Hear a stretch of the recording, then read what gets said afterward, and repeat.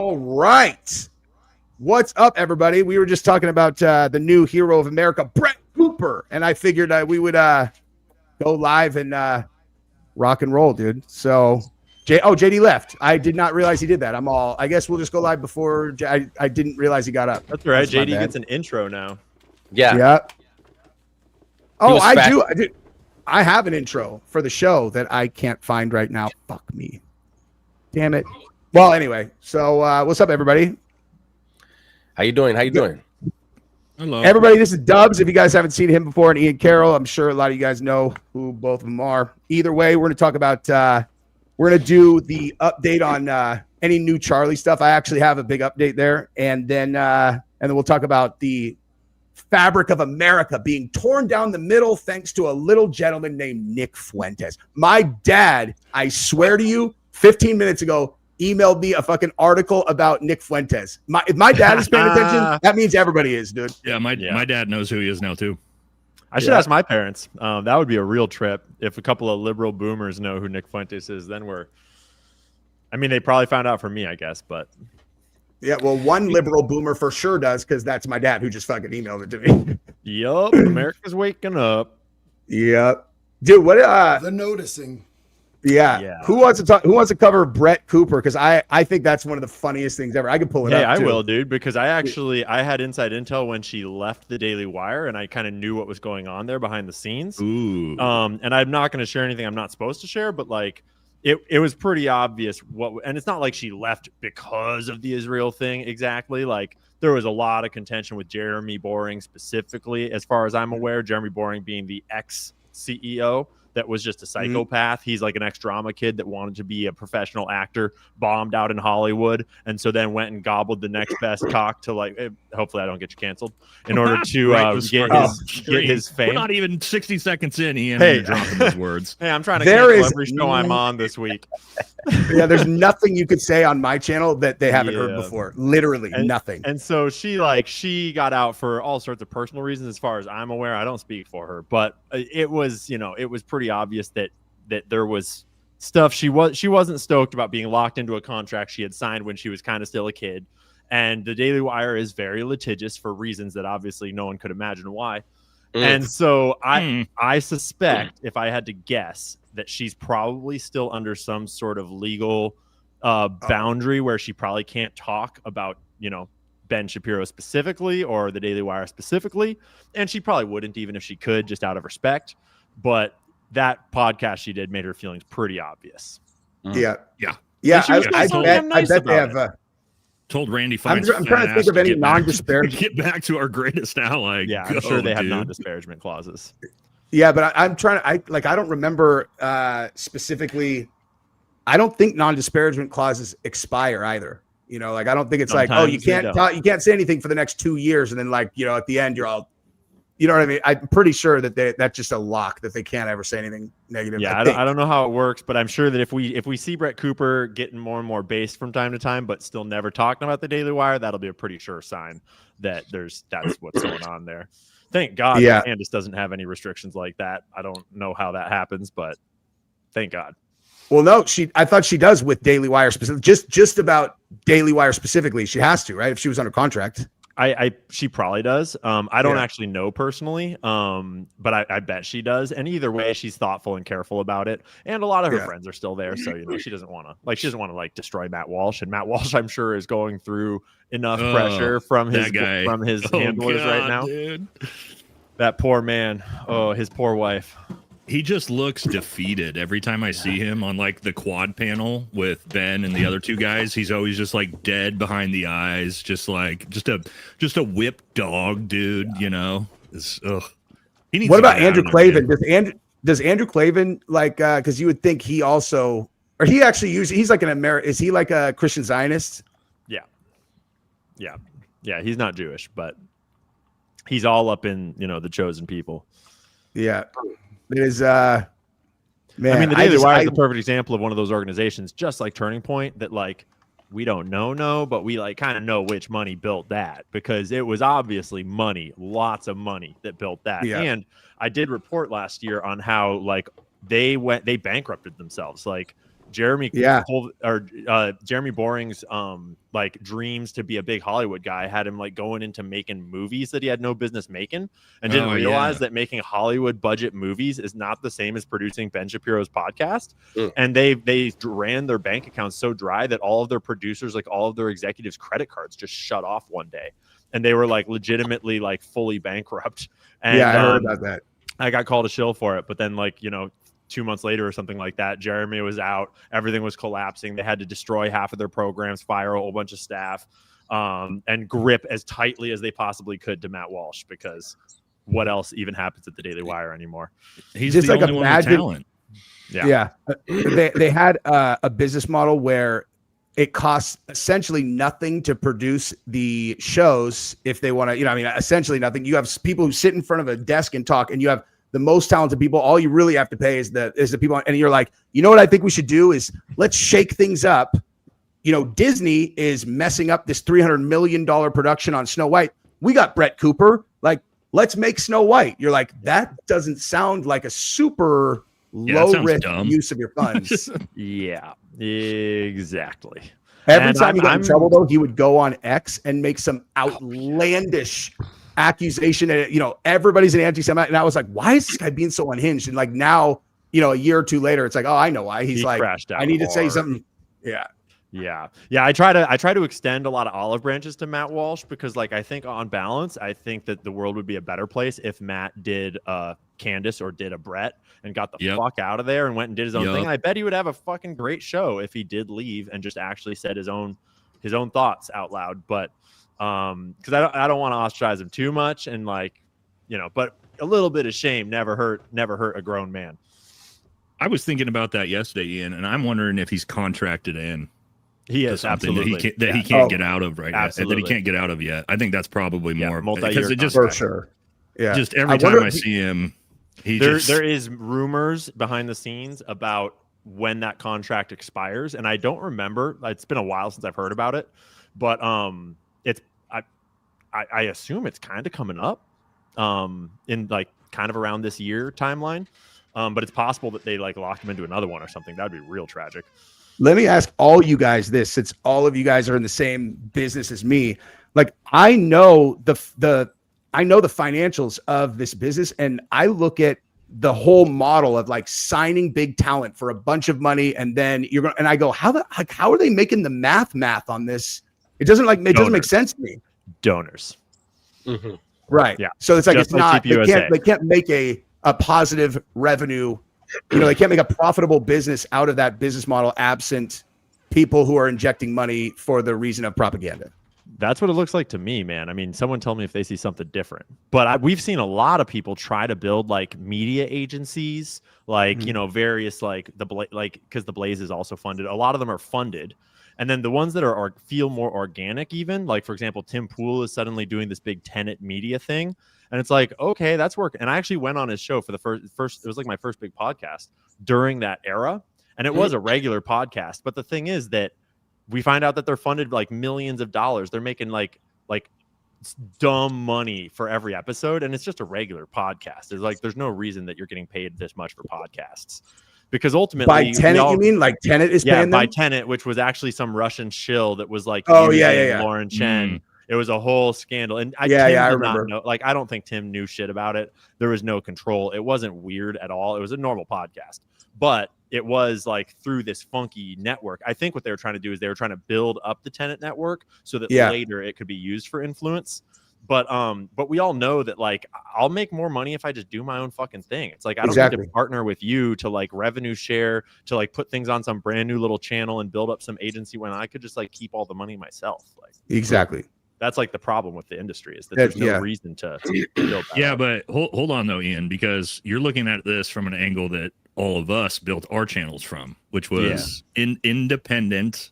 We built them from the ground zero with no help, with no money injection. Whereas you look at some of these shows, and I don't want to call some of the big ones out, but there's a popular military podcast, the biggest one out there, that took a $10 million injection to start that YouTube channel. So you can drastically increase the speed at which your channel becomes one of the biggest channels on the internet compared to like what we have done over years. Well, few years at least of trying to build channels. So I think that's more of what it is like they can ramp these things up from 0 to 100. You know what I mean? 100%. Should I be embarrassed that I don't know which military podcast you're referencing? Well, I mean, it doesn't matter. Maybe. I'm not going to call shots because I do I like know. podcast, Yeah. and it's Yeah. somebody It's that I VFT. respect a lot. Yeah, it's me. Yeah, I took the 10 mil. God. From Israel, dude. Yeah. I'm still waiting. Is it is it I'm like still is it waiting a on- good show? He could put it in the private chat. You could just type it in there. I'm still waiting, guys. I'm still waiting on APAC to reach out, dude. I talked about So this, wait. man. 7K a post.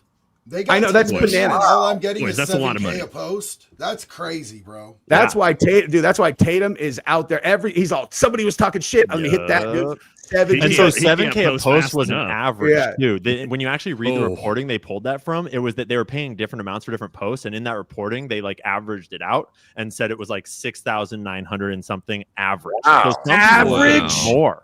Some Oh people my were getting God. less, and some people were getting more. Yeah, Israel just Wow. multiplied their propaganda budget times 20. So they already spent crazy amounts. Like they already spent a ton on this shit. And then right around the time when BB had that conference with all the American influencers, where he literally said, "This is war, and we need to use the weapons of war, and the podcasts are the most important, and TikTok and X are the two top priorities." Right around that time, Israel multiplied their propaganda budget times 20. Their foreign propaganda budget. Bro, if someone Has comes to me and they're anybody like, seen I that want to pay you 10K for an ad read that is I going to tell them take to me go 30 fuck minutes to themselves. do, I'm like, hell yeah, dude. That's like crazy. that's like an X post 10K. Yeah, Take yeah, my X money. posts Or for real. That's crazy, dude.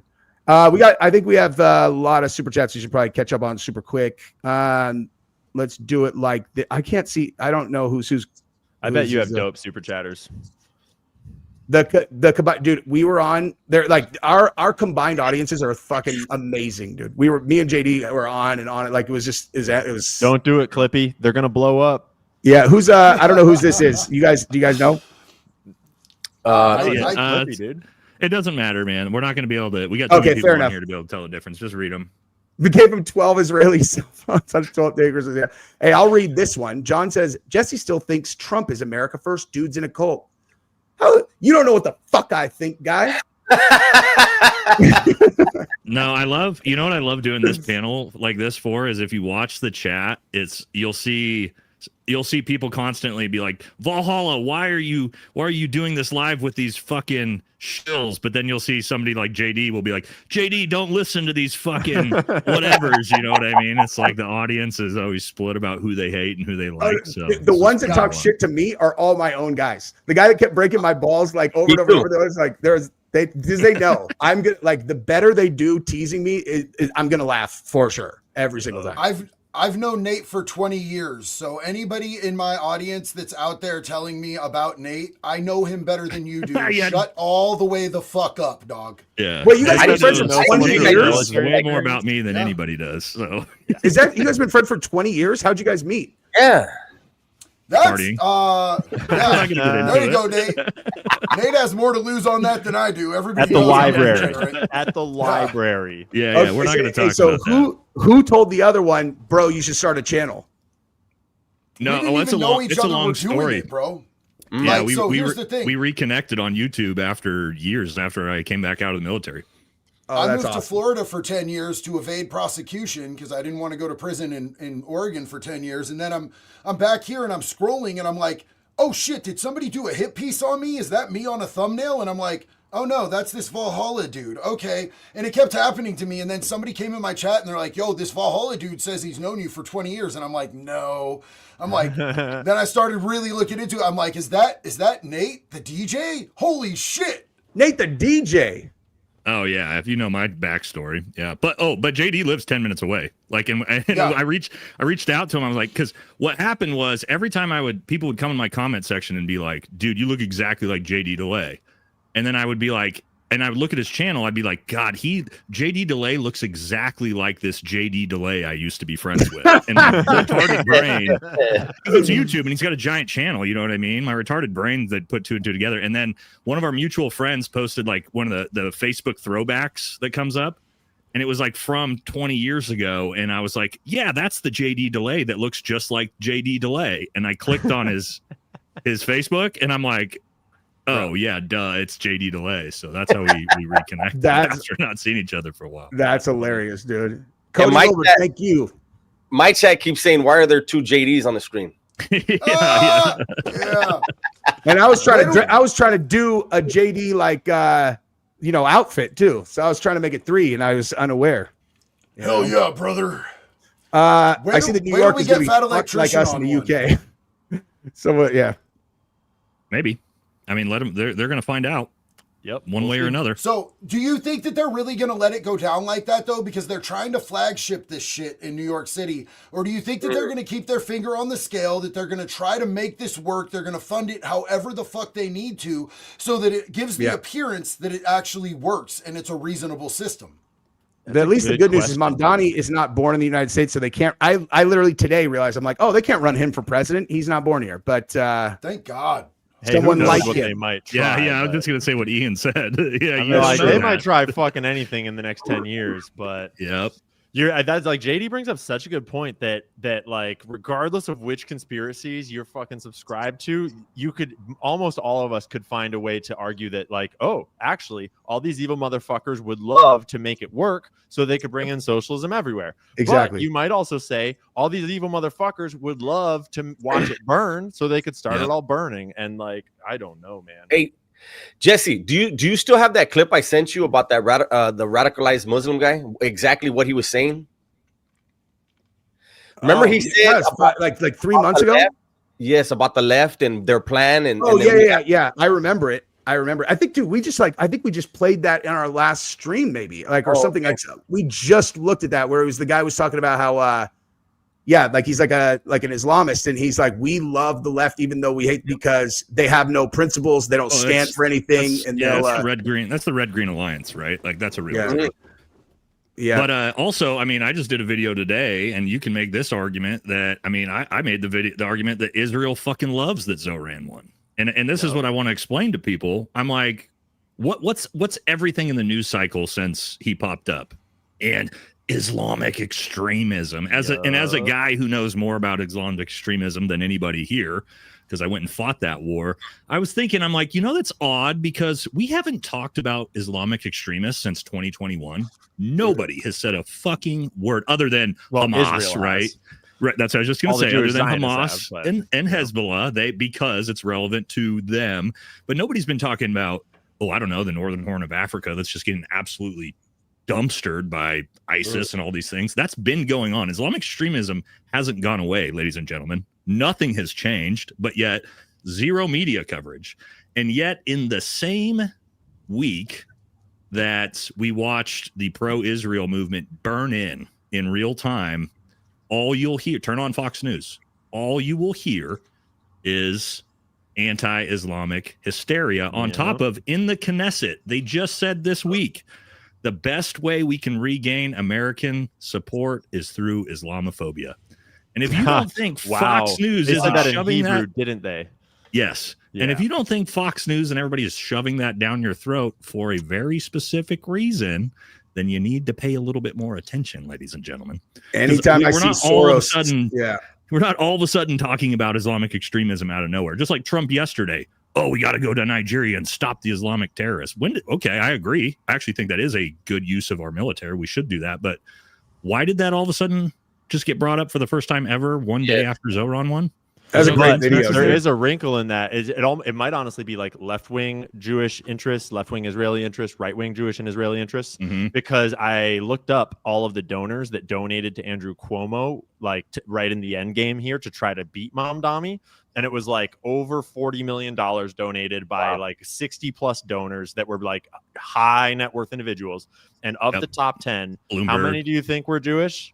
Of the top 10 donors to Andrew Cuomo, 9 out of 10 were like Jewish billionaires. People like Michael Bloomberg, the Lauder family. It was like, I didn't expect it to be quite that high. And then did you guys see the ballot? The opposite of that is Zoran's entire campaign was funded by left wing. Yeah, Jews. Exactly. So it's the battle. Everything's fine. For New York, right? Fine. Battle for New York. Did you guys see the actual ballot though? Did you see the ballot? No. Like they had Mamdani on their first name Mamdani. Twice. Another right? one Mamdani again, Okay, they got Mamdani on twice. Oh, then shit. 2 other people. Then they got Eric Adams, and then on the next row, underneath in the bars, like you couldn't possibly do a better job of hiding Cuomo's name if you tried. They got Mamdani on there twice before you see Cuomo. You're like, the fuck, dude. And you know, with the state of American education, that 50% of New Yorkers couldn't even find the fucking box for Cuomo. Right. There's So like, wait, well, this maybe Mamdani this is again? I Cuomo. guess I'm supposed to vote for this guy. Yeah. Yeah, That's crazy. That's wild, dude. yeah, dude. I wonder if I'll was like pull it that up on in a all second of them. here. Why don't you guys take this one? Let me. I'll find it, dude. Thoughts on Matt Wow. Tardio saying he won't debate Nick Fuentes, but he said he'd fight Nick Fuentes instead. He's a Green Beret. Pretty wild. You know, I'm That's going to so let brave. Valhalla answer that because he's a Green Beret. Well, I mean, me and JD both know Matt. I'm friends with Matt. Yeah, me Matt, too. obviously, me and him disagree on everything in the Israel side of things, but like, if he really said that, that's fucking lame. I would never say that. You know, I would never say that is because I would literally beat Nick Fuentes to death 100 out of 100 times. So how is that? How is that to Matt? How is that tough for you to say, dude? Yeah. You would It's be not far a win, tougher. bro. Far It's tougher not a using. win. It's like beating up an Yeah, show me elderly your person. Like, you intellectual don't capacity on that, man. Yeah. Yeah, Like, yeah. go- And Fuentes go test is like, yourself "That's cool. there. You beat me up." He's like, "I would literally eviscerate you with my brain 1,000 out of 1,000 Yeah, times." So go, like, go be. That's not brave, dude. Like that's like me like, hey, I'm gonna challenge Mark Levine to a fight. Yeah, Like, exactly. Okay, well, I would fuck him up intellectually too, but Yeah. you know, it's just You know, that's not hard to do whack. either, though, Nate. Matt should know better unworthy than that. adversaries. Look at that, dude. No shit. Zohan, and look at Whoa. Cuomo down here. Like, oh, Mm. isn't that No nuts? way, dog. It's real. Is that I right? swear. Isn't that Wild. crazy? Well, someone wanted him to win. That's for damn sure. Well, they got him. They got him in the Working Families Party and I the guess Democratic they've Party. they've got Siwa on there twice too. They do. Him That's and Alex super weird. Soros right afterwards with the thumbs up, Like, bro. why are we making ballots so Do confusing? you notice that E says protect animals? So the top was like Wait. what party you're in, and E, the party, was protect animals. That was literally Apparently what they that's a called party. the party. I mean, I'm all for it, but that's interesting. Yeah. This one says, "Let's show up for Dubs." Yeah, boy. Yeah. Oh, Hey, yeah. thank you, Ezekiel. Yeah. And Red Wade. Somebody's got to know. Red. It's not mine, but that seems like an Benazuli, boys. identifiable name. Yeah, Ben is a Benazuli. Marine now, apparently. Yes. So, well, whoa. Here's the thing. Benazuli message, and you're not supposed to talk about things say to you in private messages, but the dude's a fucking rapist, so fuck him. He messaged me to try to get us to stop bullying him because people were coming after his mom or whatever. And I was like, hey man, why don't you stop lying about fucking your military service that you never served in? And I was like, and I told him, I was like, I already looked you up through the military HRC website. You never served. And he admitted to me, he's like, yeah, you're right. I never served. So I don't know why he's saying this now. He already admitted to me he never served. What a fucking idiot, dude. That story is so fucked. When I read that, like when I watched John Bravo's video on that, is like, Yeah, he's like I actually like my daughter, my oldest daughter's 13 now. You know, like not too far off from like that being a potential. And I'm like, I can't even. Like I literally, I'm usually pretty good at predicting how I would like react to things emotionally. Like I have no idea. I have no idea what would happen if something like that happened to one of my kids. Fucking kill Well, him.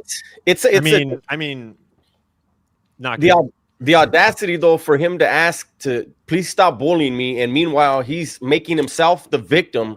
Yeah. When he went at a child, I mean, Yeah. and we saw the medical reports, like she was brutalized, Yeah. and he's like, it never happened. Like what the. Well, you know, in classic fashion, if you know anything about Ben, he's part of the group that loves to be the victim. So not surprising. No shit. Ooh, Yes, he certainly is. Oof. Yeah. Go figure. Dreidel. Every Yep. single time. Every My time. favorite with those guys, like is when they like people start fucking with it, like the alpha guys. When people fuck with them, and they all do the same thing. They're all these small men are doing this because they can't. They can never be me. You're like, Yeah, I'm good. what part of you do you think is like something for people to aspire to? You're a grapist Yeah. who's like, I mean, you're like, you're a convicted chomo, dude. Like, let's relax a little bit. Yeah. And all of the alphas, you never see them smile You never see them Yeah. happy. They have a bunch of material shit that they can't take with them when they leave. You know what I mean? It's like, get your fucking heads right. Most of them are just renting that shit for the day too. You know, Absolutely. like Oh, that's what they all do. Yeah. yeah. Yep. Yeah, the dude that Thank you, Chuck Lopez. Thank you very much. I the didn't have guy to that rent did the mine thing. Remember when the dude because like it's was kept fake. washing his face in mineral water? That dude. Oh, I could get what's one. his name? I He can't does remember. Ashton Hall. Is that it? He got beat Maybe. by his entire platform was him sprinting, and then I Show Speed showed up and raced him and cooked him. No YouTubers shit. cooked Oh, him. really? Yeah, you haven't seen that? I have not seen that. That's Chat will funny. love that. There's a lot. I know a lot of people in chat are probably. I saw I Show Speed do the combine with Tom Brady, and I think it's 40 times. I think he ran a 4.5 though, which is pretty fucking good. Oh, he should he's cook fast, anybody. dude. Yeah. He's super crazy athletic. Yeah, Yeah. well, wasn't he? Didn't he used to be like a sprinter in college or I something think like so, that? yeah. Right, that's like his background. Yeah, I think so. I Yeah, find he's those legit. channels like my daughter will recommend them, and I go there and I'm like, you know, obviously I'm like, oh, okay, this is who this is, and then I'll go and look at their videos. I'm like, God damn, people get views like this on shit. Like, I know it's like a different category. No one who just sits in front of a camera gets views like that because they won't let you. But like, man, like, you know, being able to back into their money, I'm like, wow, that is you made a lot of dough on that. Good for you. Candace does. Candace gets those That's views. true. Oh yeah. Like, That's God, true. you look at her She just views? won #1 podcast in the world. Just like yesterday it went viral. Yep. I saw Yeah. that. That's crazy. Yeah, well deserved. Not Yeah, surprised. absolutely.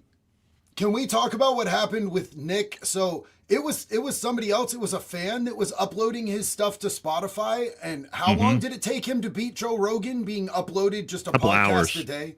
Literally a couple of That's- hours. Yeah, I had forgotten about that. That's a good point. And It then wasn't they even took him. They banned him how quickly? Was it like 3 Within days? a day. No, a day. 24 Within a hours. Wait, A they day. banned the guy's channel who was uploading his stuff? And then Yeah, yeah. He beat Joe Rogan. They paid Joe Rogan No, I like believe it. $100 million a year. And just some random dude just like, I think I'll re-upload somebody else's shit. Yep. It's Nick Fuentes. And it hits #1. In I a mean, few you're allowed to hours. react to his stuff on YouTube. People do it all the time. No, but he started a channel, Nick Fuentes, and Oh, uploaded Nick's content, okay. and everybody thought it was Nick's channel. Yeah. And Yeah. then immediately went to #1, and they immediately banned it. That's I mean, Nick and Alex Jones were let back onto YouTube very briefly, Yeah. and then they just cut them both back off. And those are very Is that different what categories, happened? But yeah, Same day. Same thing. Same day. But they let Sneeko back. So, hey. hey, I Oh, did wonder. Hey, I wonder. If, Sneeko. I wonder if like they Sneeko. banned Alex Jones because they really wanted to ban Fuentes. You know, like I would imagine of those two, they probably consider Fuentes the bigger problem for. 100%. So the thing about know. Alex Jones is that I think that in general these days, Alex Jones is not actually like currently a threat to the establishment. But what they did Right. is Yeah. they used Alex Jones as a pariah, and they Mhm. pariahed him with the Pizzagate, or not, well, partially the Pizzagate stuff and the Sandy Hook stuff, and then Sandy they Hook, yeah. they use that to create the modern version of conspiracy theories are dangerous, because they like mysteriously someone with an AR walked into the pizza shop, shot like one round into the air that managed to go down through the top of the computer server that was inside Yep. a fucking closet. And then he walked out and was like, I thought there was kids, but there's not. It's all fake. Boo-hoo. And then they're like, QAnon told me. QAnon told me.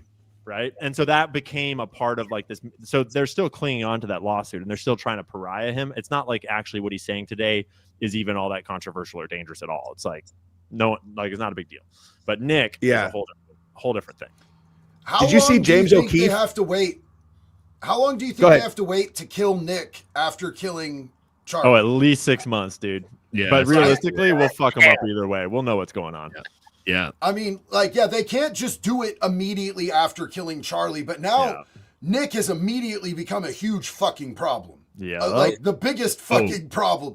Like the Republican Party, MAGA, America First, like this whole thing has just turned into a clusterfuck.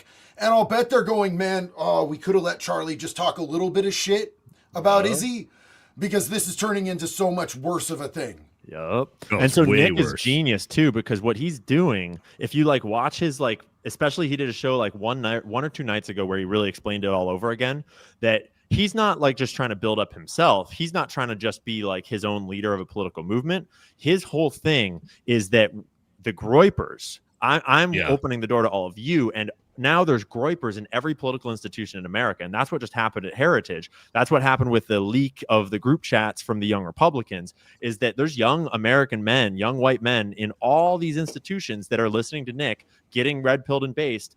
And so he's decentralized the takeover of American politics, and there's nothing that they can do about it except for try to crack down on it in every single institution simultaneously. Even if they killed him, it would just radicalize more young white men. Oh yeah, right. That's I think we were talking about that, Jesse, in the group chat yesterday, where I was like, I don't think they can kill him anymore. Nope. Because if they kill him now, everyone will know. And it's going the backlash and the radicalization. I think it will be 10x what you saw from Charlie Kirk. Yeah, I mean, Nick could literally crash his say own that car, and it would still we would still backlash like that. The whole world. A plane crash, people would be like, "Nope, not a yeah, no true, cause of death that would suffice. Like, it doesn't even matter what the investigation was. Everyone would radicalize. It would be wild. It'd be fucked up. Not even the Diddy strain of pneumonia would fly. No. Like, how many people did Diddy kill off with? Oh, it was pneumonia. That we're gonna be like, no. I'm did you guys ever skeptical read though, the Kim that, Porter like, book that came out? Because that was crazy. The which one? The Kim Porter book. Porter. That was came fake. out on Amazon, then got banned. It was probably fake. It was published by this other guy. But No, it was for sure fake. But yeah, I heard the whole story. Like, but did you read it? Yeah, it's absurd. Because it was like half of it was like, whoa, but the other half was like, I bet that a version of that did happen. Honestly, they went a little too hard in the paint, like where it was like believable, and then it was like, come on. Diddy told Tupac, I want to bet on who can finish Kim faster and harder. Like, yeah. And then like, they finished the session by believable. banging each other, and Kim left to the sounds of them fucking gay banging each other. That was the story. That's how Tupac met it. Dude. That's I mean, I bought that book so fucking fast. It was like, this is gonna get pulled off of Amazon immediately. I still got it. That's how I heard about that it was fake, is because I heard the whole backstory of how the person who posted it was he had a financial agreement with someone, but then they'd sold so many, he made so much fucking money that he started trying to renege, and then the other guys were like, they went out and blew the whistle and all that stuff. But so let me ask you this, and then we'll get to some super chats. Like, so so my theory has been pretty consistent that I don't think people will do shit. Like, I think that if all of a sudden they just stop pretending, how everybody has to say, and they literally just smoke Tucker, and we're like, yeah, we did that shit, and just ban all of our YouTube channels. Everybody and ban all of our YouTube. I don't think anyone would do anything. I think they do nothing. I think everybody would just shut up. Like, I think they'd be like, oh shit, and they just shut up. I think you're right, and I think that's the only solution, and it's fucking scary to think about. Exactly. So, I think my dad's always had the best take on this, and he said, until you take away Americans' iPhones, they won't do fucking anything. And I think that's the best way. The iPhone is more of a thing of comfort, right? Unless you make Americans uncomfortable, they're not going to do anything, to your guys' point. Like, extremely uncomfortable, which I can tell you Americans don't know what uncomfortability is. Like, go live in Afghanistan or fucking Bangladesh. You'll find out the difference between, you'll learn what uncomfortability is real quick. So, and I agree with you guys. I think, but I don't know. At the same time, I don't know, man. Like, if they tried to start infringing on everyone's freedoms rapidly, like, it'd be one thing to try to cut off freedom of speech, but keep going just how it is. But if they did that and then tried to come at everyone's freedoms in a way that, like, all it would take would be one little city full of red motherfuckers with guns. And if one little group of, like, ex-military or law enforcement, and they stood up and shots started firing, then we would have a whole problem on our hands. You guys know what? You guys know what Green Berets are really, really good at? Bingo. Overthrowing governments. Bingo. It's literally what you were made for. And we're all on the list. Just something to think we're about. All on the list right? now. Okay. Clearly talking about other governments. Clearly. That's a real thing, man. That, and there's a lot of them in the country. So just things to think about for the government. Yeah. My thing is that I think that FBI list. I'm already on an FBI list. So since Nate said that, I just want to say I love the American government. I love Izzy, and I own a dreidel. It's around here somewhere. I spin that dreidel every once in a while. Where's your flag, dog? You got to get one of those flags like Nate has. I know. I should probably put mine up for this stream. Jesus. Good idea. I just think they're gonna. I think that the way they're gonna do it in a way, like, ultimately they're gonna do it with food. Like, Simple as that. They'll do it with food. Like, that's why, like every time I hear about them consolidating food production, I'm like, I know what you're doing, dude. Like, because at the end of the day, if you can't eat your fucking gun, your gun is not going to be super helpful if they're the only way to get food. People have land. Then they need the guns to defend their own land. But if the only way to feed your family is to go to a fucking line at a store and they scan your fucking credit score and you're not getting food. What's the first thing they do in communist revolutions? What do they seize first? Food production. The agricultural farms. That's the very first thing they seize, right? They seize total production of food, like you said. So in America, a lot of people have farms, but that's the first thing they'll take by force. Sure. And they're already taking it subversively by just corporate creep and the unlivability of farming and just selling it all off. And I mean, we lose, like, I don't know what the stat is, but it's like we lose family farms every single day by like the dozens and dozens. It's already such a tough business to make money in that like when they come in and offer money, like it's like they're barely breaking even as it is because they're competing against massive farming that, and you got the top. So when the last one of the last jobs I had before I did this full time was I worked for the largest private satellite data company in the world. And like, one of the specialties I was in was I sold to like massive, like the biggest agriculture companies in the world. And so at a conference, I went and I sat in on one where they were talking about the topsoil, and topsoil, it takes hundreds of years for it to like be created. If you don't have topsoil, you can't fucking grow anything. So since they started doing the mass farming with all of the chemicals and all that stuff, we've ripped through 74% of all of the topsoil since like the 1950s, and you can't make more.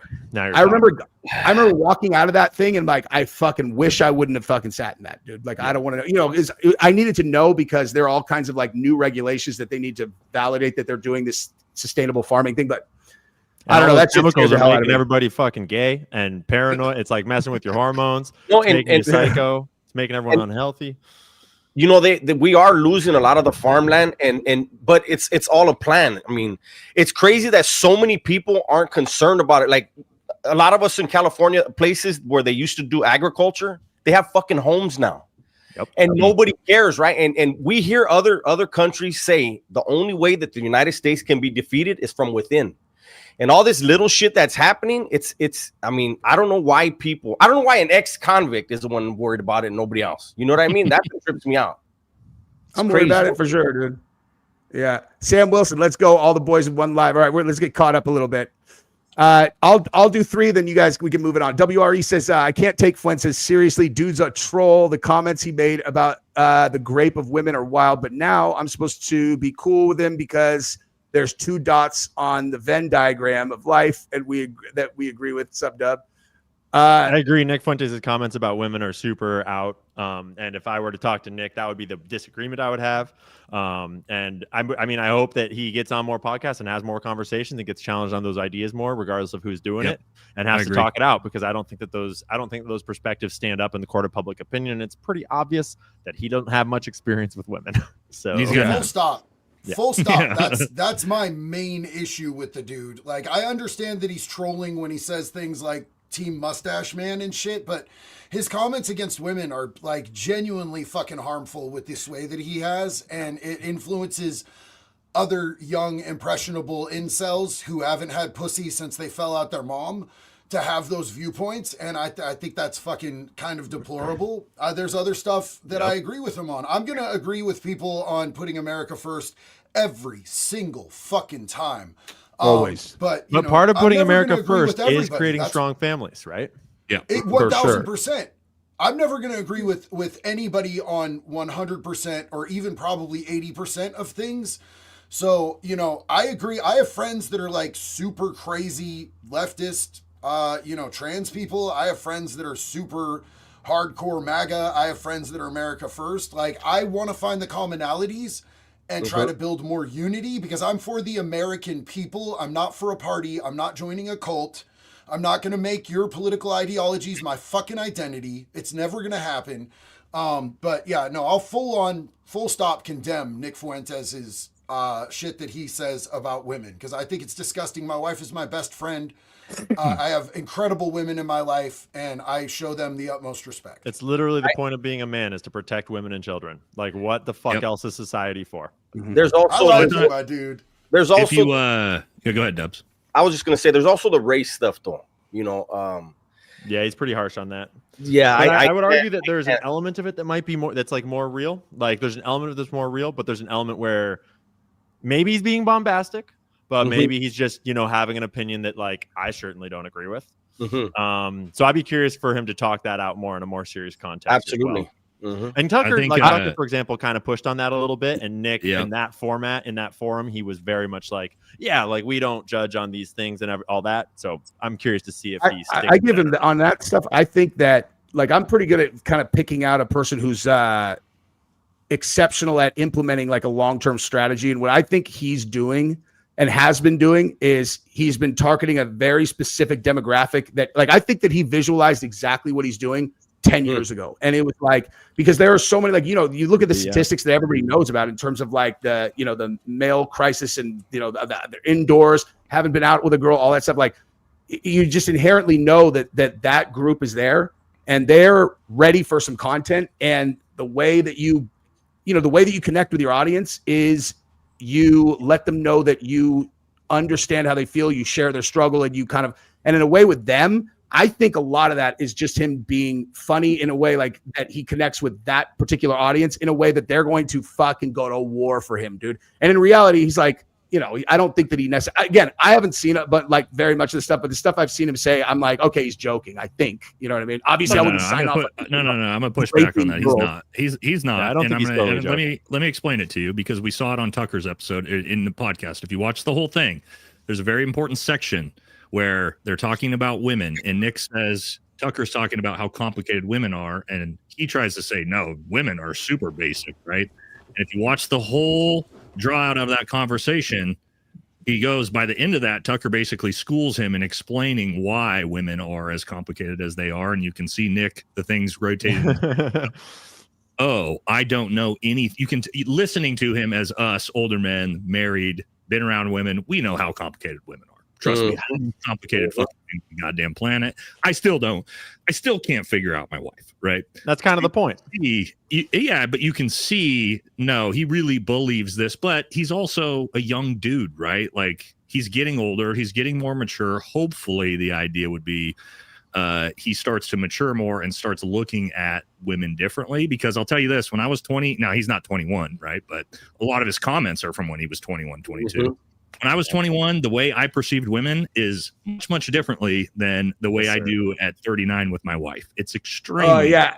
So, have 3 daughters. give And him that's it. Like the daughters thing, a little bit of grace. grace that like I don't agree with it at all. I'm on board with you guys. I'm a huge traditional masculinity type of guy in protecting women, but I think maybe he gets there as he sort of, maybe if he finally gets a fucking girlfriend, which I'm not sure he's really into that, but if he does, you know what I mean, then that might help him out. But I think that's more what it is, man. Real quick, there's somebody in my comments trying to flame me for having friends that are trans, and I just want to give you the binky. You need to sucky on it. Did JD hurt your feeling? Want a little nippy nippy? Okay, sorry guys. Hey, this is one of mine. This is one of my people again. Oh, Mike. I think people think I'm a lot smarter than I am. Like, hey, that's just an objective truth. But thank you for the. I appreciate it because smart people have written. No, I mean, people usually perceive me as dumb by looking at me. So thank you for that. Ian actually comes off very intelligent. I don't, thanks, so man. I'll take it. I just like to shout out the guy that kept spamming for a while that this is the male view. I think he was trying to roast us, and he misspelled view. Just this is the male view right now. Hey, he misspelled. How did he spell it? How did he spell it? DEIW. I love when they try to fucking talk shit in the comments and they can't fucking spell for shit. It's like the joke's on you, Jack. You know what I mean? Yeah. I like it best when they are insulting your intelligence and then they misspell something. And I'm like, yes. Yeah. Track phone. Yeah, Track phone says, oh shit, Dubs is on the panel. Admittedly, I don't know much about this topic, but I hate seeing Turning Point's PragerU and the most political-based ads show up on my stream. I do like American Thor and Jake Sweet. Oh, Jake's my boy. Yeah. Yeah, those ads are all over the place.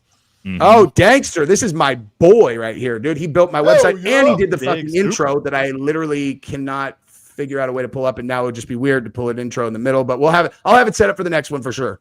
Dankster says, super fan of all of you. Thank you for all of that you do. Big love, Danks. Proud of every one of you. Impacted many other lives. So good. God bless. Listen, I'm telling you guys need a fucking boss ass website. He will build it for Or you. a boss ass. I might I'll need text you after this. Yeah, and a boss ass super chat. Thank you very much. Thanks. John Catlich says, thank you, John Catlich. Mason Furlow. We are bought by Israel. We, the people, have to stand up against Zionists. Man, they've got an uphill battle, man. Hold on. We're not bought by Israel because they're not paying any money.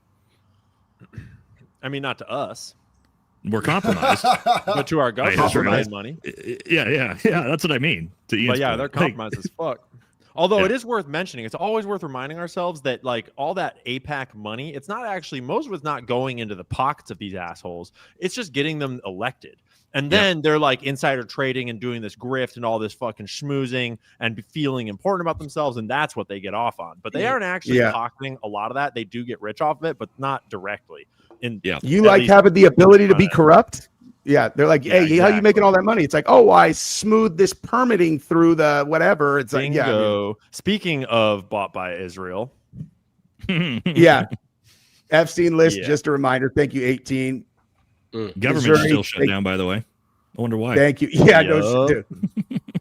Has that you guys been covering the Snap stuff? What's that? Nate did some great coverage on that. Yeah. So, it's been back and forth. So obviously, it wasn't going to go out, and then the federal judge basically, because Congress had already pre-set aside those reserve funds, the federal judge said they're required to do it. But then last I saw, Donald Trump is trying to block it anyway. So I don't know. Somebody in chat, if you're on Snap, can you let us know? Did you get your funds? Because I think they're being blocked still. I don't know. That is unfortunate, dude. Yeah. One of you guys take this one. Oh, it's to you, Nate. Oh, Matt, chat wants him to debate you over a stance at the small hat issue. We love Tel Aviv. His chat can't understand your stance on our aid going there. Do you think I think we should be sending Israel aid? Because I don't. So am I reading this wrong? Matt Tardio wants you to debate him on it, I think. His chat wants him to debate me over your stance on the small hat issue. Yeah, Matt wants to talk about Israel together. Let's do it, brother. Me and Matt are friends. That'd be epic. But we need more of those conversations that are friendly.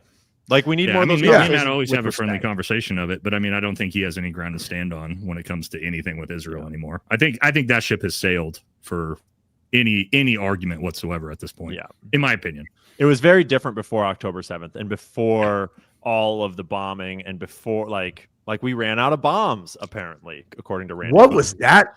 Dude, holy shit! And Lindsey Graham is. I mean, I know he's 2025. fucking nasty fucker, but I was like, Jesus, guy, like killing all the right people. We ran out of bombs. You're like, do you think no one's gonna see a video of this? You fucking psycho. Fucking tone deaf. So let me also put a little quote out here. So people, I think, those of us in the YouTube space that have cultivated audiences over years, okay, you build an audience.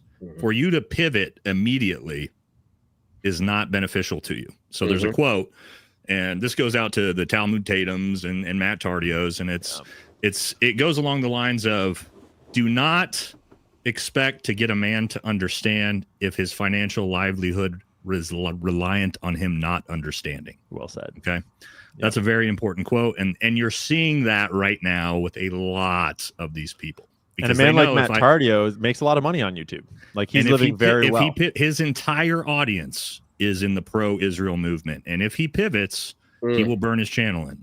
If he's probably making a goddamn fortune, and all of a sudden, if Ian Carroll were to come out and all of a sudden be doing the 7K a post, every single thing he talked about, his audience would fucking revolt immediately. But I will say that right now, the people in America and around the world are so done with it that every person that starts to wake up to it and starts to question it, though they'll get a lot of pushback from like the mainstream big boys that are paid, the actual people, I think, will welcome them in. Yeah, I think you're right. Pretty fucking fast. And I try to extend that olive branch every time because it's like, if suppose that someone like Matt Tardio were to switch his perspective, I would purposefully immediately be like, awesome. You're based. Let's go. I support you. Yeah. I'll have you on my show. I will do everything I can to help you make that transition.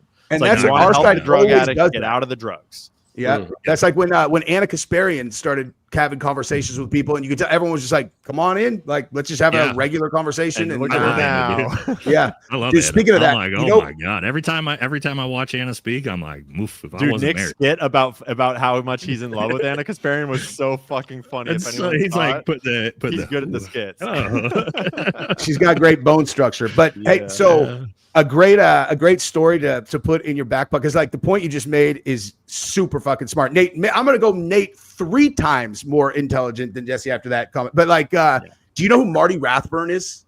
No. He was the second in command in Scientology, and he left Scientology, and he was like one of the key guys that, because Scientology is basically in the exact same position that Israel is now, starting in about 2015 when Going Clear came out, and everybody's like, Jesus, this is what these fucking people are doing. And it's just this eroding thing, and they were super powerful. Everyone was terrified of Scientology, dude. And then now people just shit on them. Recruit anymore. Yep. So Marty Rathburn was David Miscavige's number 2 guy, and he was like the enforcer. And Miscavige is an actual psychopath, and he turned on Rathburn. Rathburn ended up leaving the church. And he was one of the main guys who kind of started turning everybody against him. And they kept trying to attack him, and nothing was working. And ultimately, at some point, they realized they're like, we're not going to be able to. Then they gave him some amount of money where just on a dime, he all of a sudden started doing all these videos where he's talking about how everybody's misframing all this stuff on side. He literally went from anything he was on would get 250,000 views to literally maybe like 1,100 views. I mean, like absolutely 99% reduction in his following. It was unbelievable. Yeah, exactly. Yeah. Boom. Yeah. That hurt. That hurt. Legally Brunette, Stephanie, thank you. Oh, what's up, Stephanie? How are you? From Tidewater, VA. We tried VA. We got we got Jay Jones and Spamberger. Going to be a long-term. King Judge demanding Trump pay SNAP. Wild times. Hey, guys.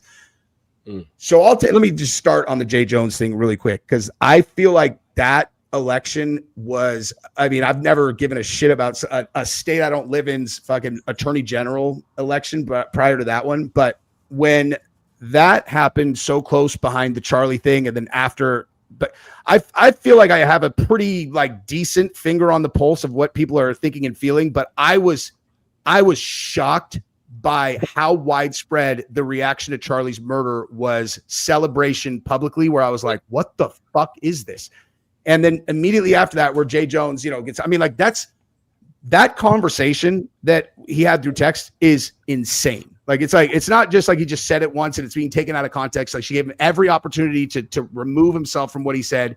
He said he wants to see his Republican colleagues' children die in his wife's arms. Like, I couldn't understand, like, okay, why are these Democrats not pulling their endorsement? And the fact, but I still was like, there's no way he'll fucking win. The fact that guy won is like, that's the first time I'm like, I don't think this is fixable, dude. Like, I don't think it's fixable. A guy could say that stuff, and not only do all the Democrats continue to endorse him, but then the voters fucking voted him in. It's like, I don't know. What do you guys think about that? I think it has to be fixable.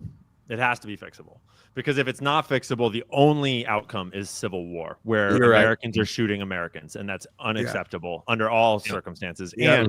And I'm a big believer that, as a person that grew up liberal in a liberal stronghold that transferred to the right and now is more in the middle, I believe that conservative men are call me crazy, but conservative men are way more masculine than liberal men. Duh.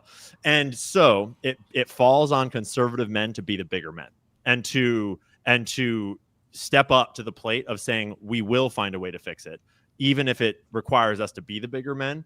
Because some people will never change. Some people are beyond the pale, but are their kids, right? And are their kids? And ultimately the only outcome, if it's unfixable, is civil war. Then it falls on conservative men to do everything they can to fight against that, by not fighting, by trying to pull people back to the middle and trying to have rational conversations, because I don't want to leave America, and I don't want to live in America where that is the outcome, whether it's in my lifetime or the next. I agree. I will. Yeah, I mean, I agree. I will say this, though. I think you're seeing the same problem on the right in the conservative movement. I talked about this in my last video. Well What masculine men are heading up? This is a little bit different panel here, but what masculine men are heading up the conservative movement? Randy Fine, Ted Cruz, Benny Johnson. I mean, I would argue Tucker Carlson, Ben Shapiro, Dave Rubin. Like, I can go down the list. Michael Knowles, or any of these men. Like, none of them are dangerous. None of them could protect their family if I grabbed a hold of them. Like, none of these conservative men are traditionally masculine whatsoever, and they're also the ones that have sort of burned the party into the ground. So you know why is because you just listed a bunch of people that are like in politics and in the establishment, like institutions like the Daily Wire, and they purposefully choose closeted gay men they can rail in the ass and blackmail with it in order to fill those slots. I saw Candace say that in a clip today, dude. I saw her in a clip today. I saw her say that. You said that? Yeah, Candace said it about all the world leaders. Like she's like Obama, Macron is literally married to a man who PDF filed him when he was 14. True.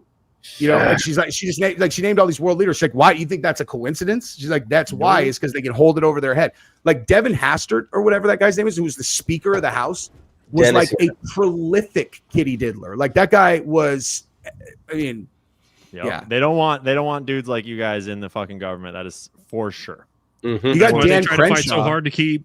Yeah, Dan Crenshaw. Dude, he likes to get fucked in the eyeball, okay? So just dude. Dan Crenshaw is the most hated person in the special operations community, dude. He's not an example we're using. Yeah. No, I'm saying he's corrupt, though. Like he's corrupted completely. He's the fake version of like getting a real conservative man. That's why Brandon Herrera. That's why they raised $10 million to make sure that he didn't get put into office in Texas, because they don't want someone. They don't want an independent thinker who's masculine, who's got all of the actual conservative values. They don't want him in there, man. The Republican Party don't want him in there either. But he's playing so nice, too. He's playing so nice right now while this campaign's going on. We need that dude in there. We fucking need that dude. I'm telling you, we need more people Brandon like that. is a fucking beast, dog. Missouri says not allowed to super JD. YouTube no like him. That's weird. Oh, that happens to me sometimes when I try to super chat people too. Hey, I'm sorry, bro, but I love you. Thank you for trying. I appreciate you, man.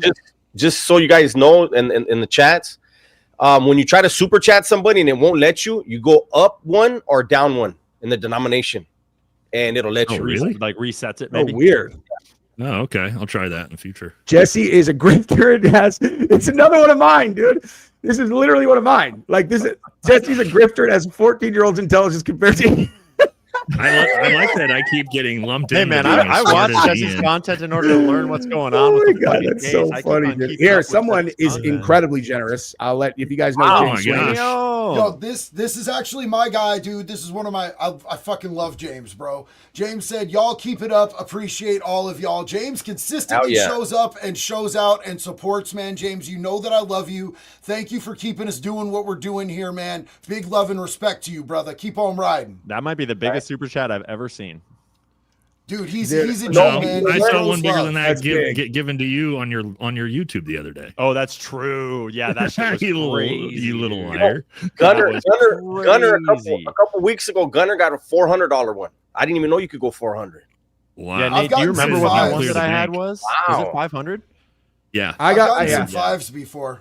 Damn. But it was a friend, the same dude who had this custom made for me. Good friend of mine, drops in every once in a while and just stunts on everybody, just drops a 500.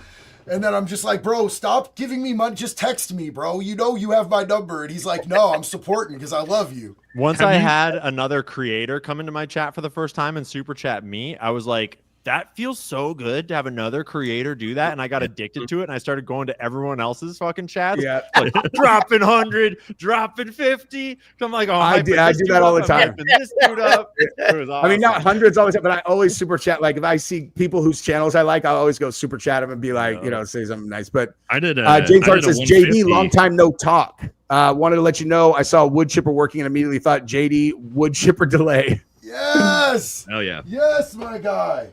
Do you guys ever see that story? Did you guys ever see the story about the guy who he killed his family, and it was when they investigated, it turned out that it was because he had gone behind his family's back and raided his family, and he paid like $2 million to some Ukrainian webcam chick. And then the reason that he whacked out his family is because they cut him off, and he was like so in love with her that he ended up fucking whacking out his family so that he could get access to the money to keep you like super chatting. Oh God, dude. There was a Showtime documentary about it. I'll say it's one of the dark. People are It's like fucking, next level dark OnlyFans culture. Oh my god. Dude. Let's go. Original Dankster, what's up? Tim Owens is Smo? Nah, French version of that. No, guys. There you Oh, go. yeah. There you go. No, the UK version. There The you UK Yeah, version. Nate speaks UK world. version. There we go. Schuster, what's up, dog? Look at this crew. I'm concerned, Jesse. I hope you didn't draw the pivot man straw. Is that that's got to be something about like a person who gets like Got to be a gay joke. Yeah, you gotta gotta be be, a gay part, joke, you bro. gotta be hey, you gotta be part of the team to know the rules also. We don't know the rules. You know what I mean? Yeah, what's that, like the Get out the pivot man. saltine crackers. Get out the It's like a saltine soggy crackers. biscuit thing. You know what I'm Yeah, saying? exactly. The last one to hit it has to eat it. Oh, What is a God. pivot Gross. straw? Jesse's Okay, Google yeah. recommendations now. Yeah, I'll find it. This is just south of history. What's up, dude? Say hi to all the mid-40s moms hanging out with middle-aged men every night talking politics. out to We've the arrived, moms. ladies. There you go. Nice, dude. Thank you. Ladies? James Hart. I don't know whose this is. Also, serious opinion, but bro, if you ever can please run for president, because we need an intelligent president. That's obviously not for me, so that's got to be That's for for- one of you guys. Hopefully it's for you guys. I'm not. I fucking doing get that. I get that constantly. I think James is from my community. And like, I don't think that the U.S. is like, I know that we have a 34-time felon in office, but I don't think we're ready for a 58-time felon. In office. No, you got And, like, 58. Nice yeah, work, dog. dude. I was playing Damn. Pokemon with the felonies, dog. I was Let's trying to catch them all. go. Let's All of them that go, weren't dude. sex offenses, dog. Is that I that's was not like- a real number? Is that a real number? That's That's a real number, bro. I was violently retarded when I was out using and shit, bro. And like, by the grace of Nice God, I'm in a work, better dog. place now. I'm not bragging about that. It's really embarrassing numbers, dude. To be But honest, you should with also be proud of making it here, dude. Oh, Yeah, yeah. Thank you, Ian. Absolutely. Dude, you know what's hilarious about the Trump case though is if you talk to somebody who hates Trump and they bring up the felonies, just ask them about it. Be like, hey, go ahead, just run me through the details of that case. Like Yeah, you'll never what was find it a for single again? person who knows anything about it. Yeah. Nothing. Yeah. That's Oh, a dude, fact. I'm a big Trump criticizer. Obviously, I didn't used to be. I am now, like a lot of us are. But like even that, I'm like, come on, that's fucking dumb. Yeah. None of those are real. Yeah. It was one thing, and it was like you're like so Yeah, it's he all. paid It's all everyone invoices did. that were provided by his attorney. His attorney invoiced him and he paid him. yeah, it's dumb. Sam Wilson, thank honestly, you. The rape ahead, Jenny. case was a civil case, and everybody acts like it was an actual criminal conviction. And Right. the threshold for for proof is not reasonable doubt. It's preponderance of the evidence. It's so different. And like, do I think the dude's sketchy and he says horrific shit that makes me go, that sounds like a fucking pedo? Yes, absolutely. But like, I don't trust civil cases to be beyond a reasonable doubt. Especially Also- in the political climate in which it took place. Also, did you Yeah. guys see her go on? Who was it? Silver Fox. Anderson Cooper. Yes. Yes. She was interviewing with Anderson Cooper, and Yeah, it she was started awkward. talking about how sexy grape is, and See he how- immediately like cut the interview It off. was And we're done with this awkward. conversation because you're a psycho. Yeah, And this- his the story reaction didn't really make is sense from priceless. the He's just start. like he's frozen in time. Like she's all like Yeah. fantasies. Yeah, He's like- yeah. And he's like, this is not What what are I you expected. doing? Yeah, Yeah. please stop. Hey. Yeah. Yeah. Or Yeah. there's this one, it's like she is so batshit crazy. This lady is like, Oh, is Oh, this yeah. her? Oh, she's Yeah. a yeah. nut. She's like, Sleep late, Yeah, she's- and I like to live like 90 in between. I get up around noon, and I stagger This is her. outside out the store, and I throw open my arms, and I thank God I don't have children.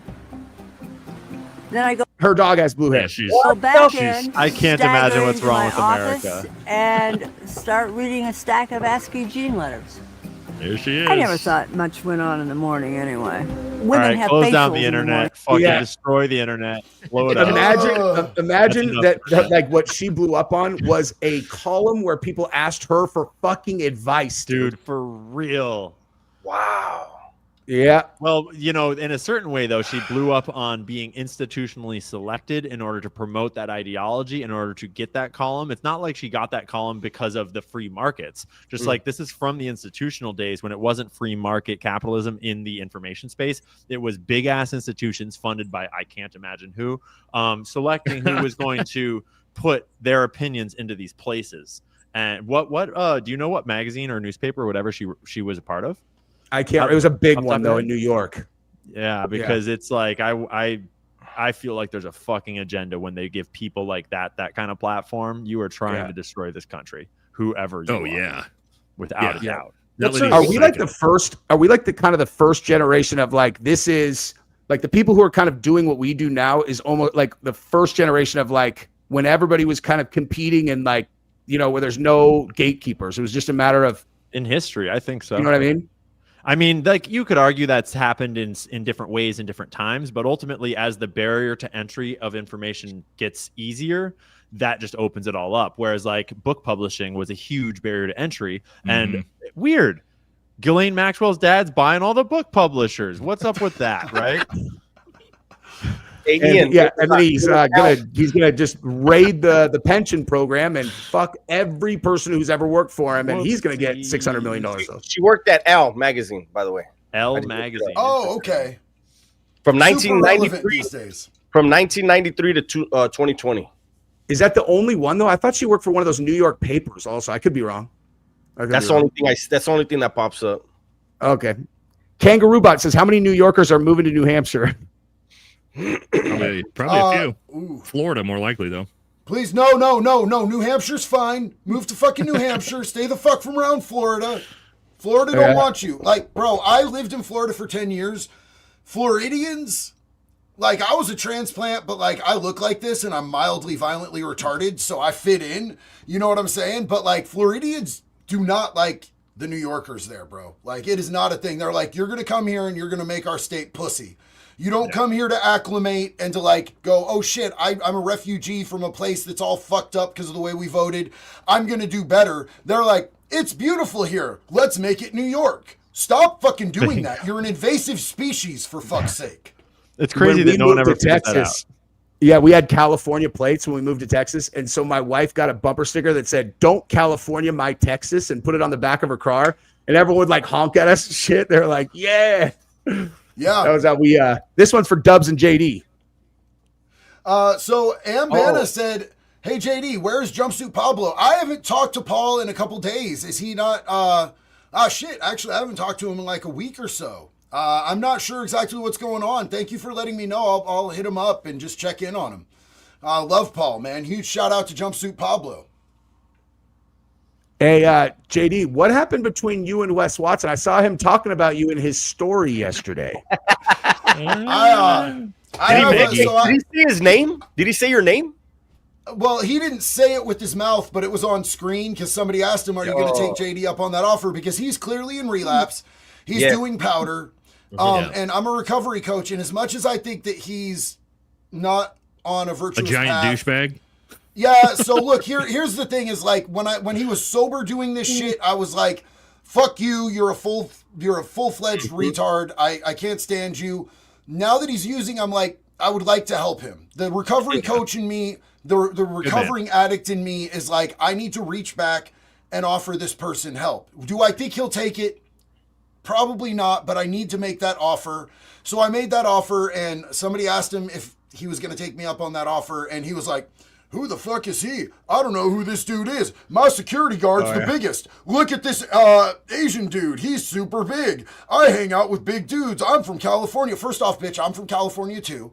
Secondly, you do know who I am because you followed me on TikTok. You followed me on Insta. You followed me on Facebook. You've blocked me on all those platforms now. So you're like a liar and a fat mouth, bro. And I smell the cum on your breath through the fucking screen. Do you want help or not? Because you are literally the butt of the joke. We were laughing with you at first.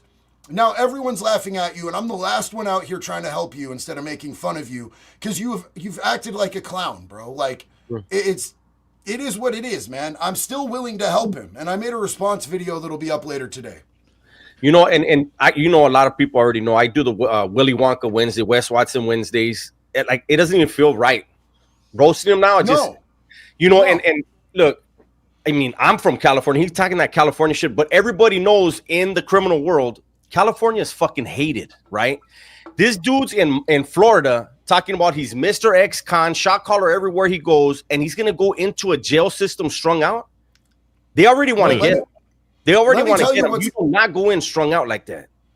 So I'm from California. I've done time in Oregon. I've lived in Florida. I've done time in Florida. Let me tell you exactly how it's going to go for Wes when he gets to Florida prisons. So he has at least 2 of the organizations out of California have green lights on him because he's lying. He's using other white boys' stories and pretending they're his. And so they've taken offense to this.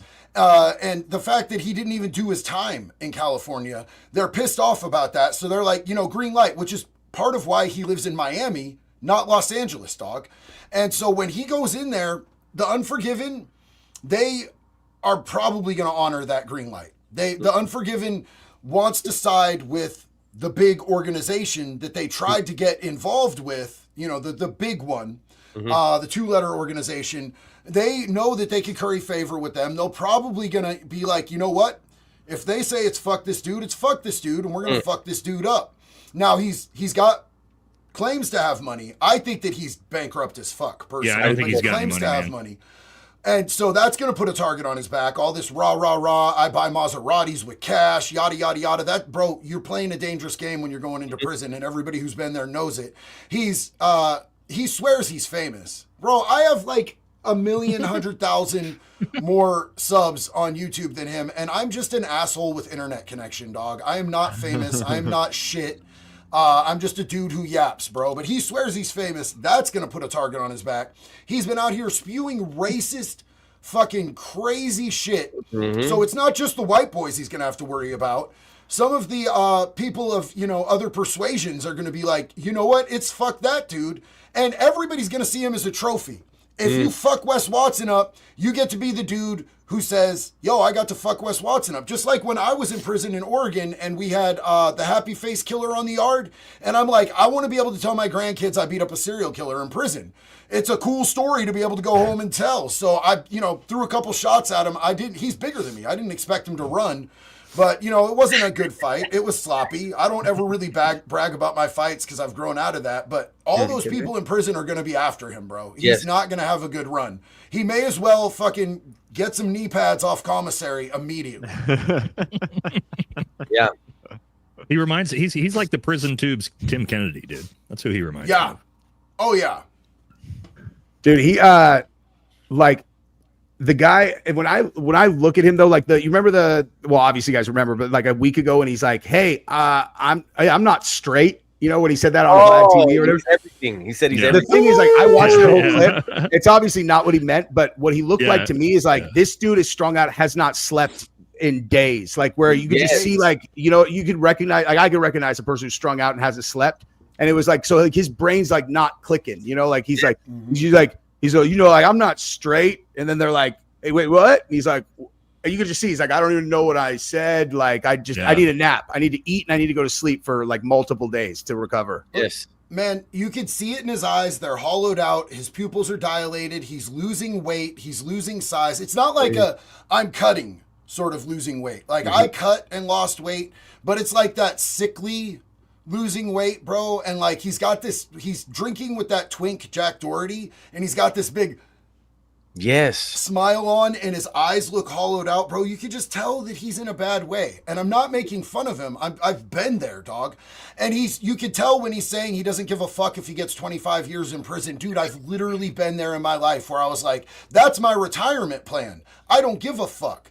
I've been that desperate, bro. I've been there. And it's just so sad for me to see that, and like to be able to understand that only by the grace of God and people that helped me find my way out am I here today. So if I can extend offering to help him find his way out, I would love to do that, but I think his pride and his ego will get in the way. And Yeah, the surrender part of like, oh, this rock bottom surrender. I see that as an untenable thing for him. Would be absolutely. And look, when you talk about 25 years, he doesn't care. I did 24, but I was 19 when I went in.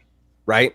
You do not want to do 20 years or anything close to that when you're fucking 40 years old. That's basically, it's a wrap. It's over. I don't want to do 20 fucking minutes, dude. Oh, I don't now. I was into it before though.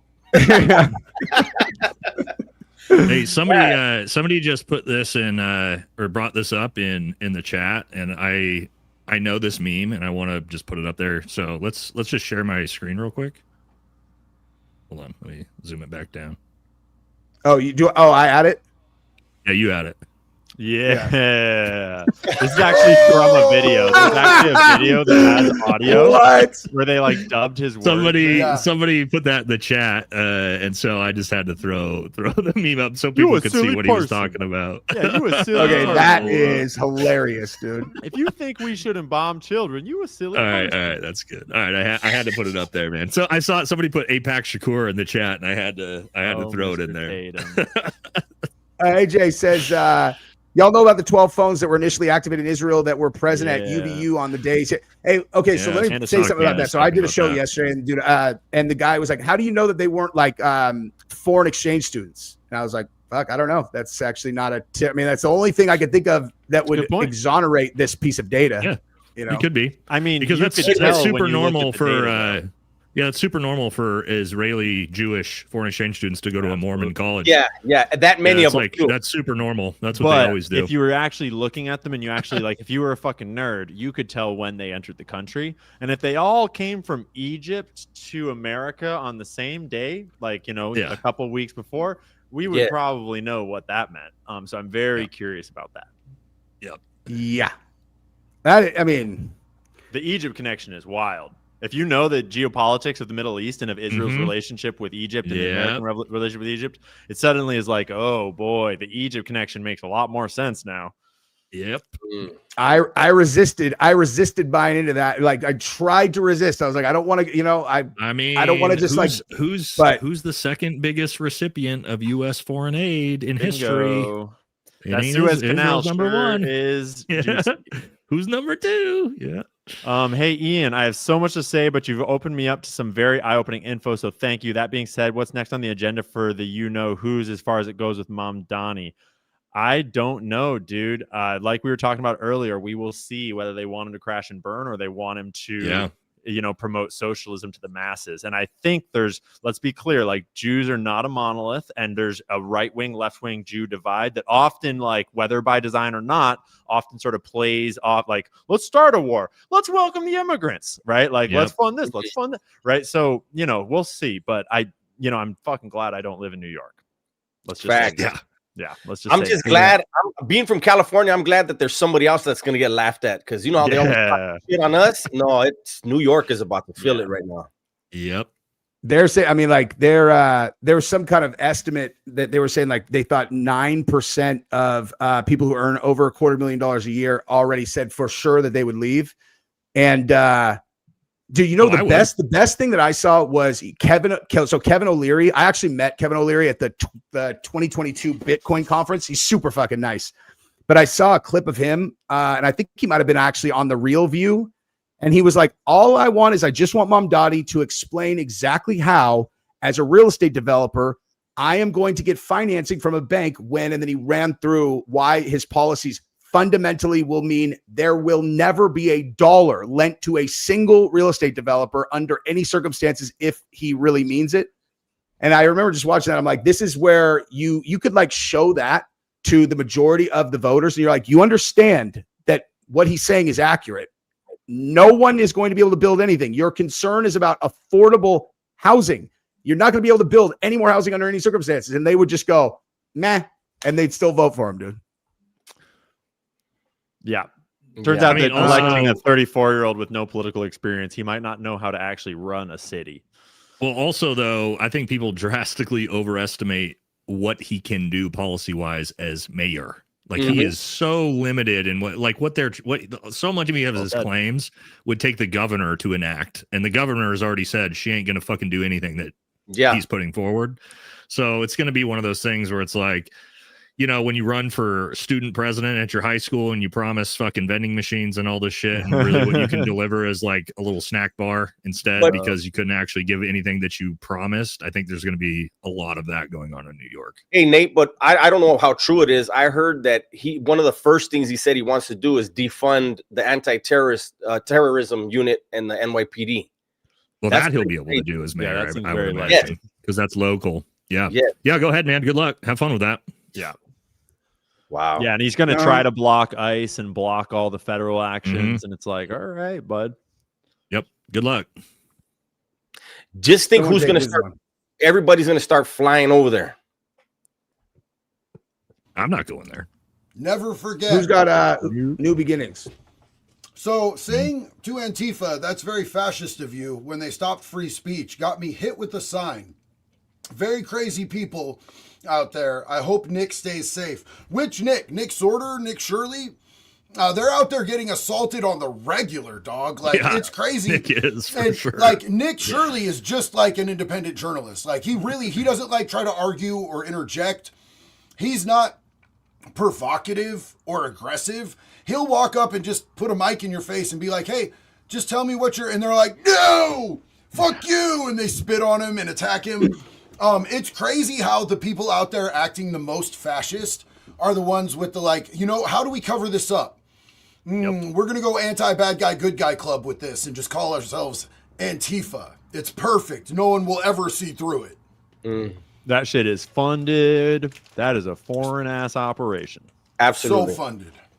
What did you guys think about Erica Kirk's interview on Fox News? Did you guys watch any of the clips? I watched one. It was the first time I saw her express emotions that I thought were genuine.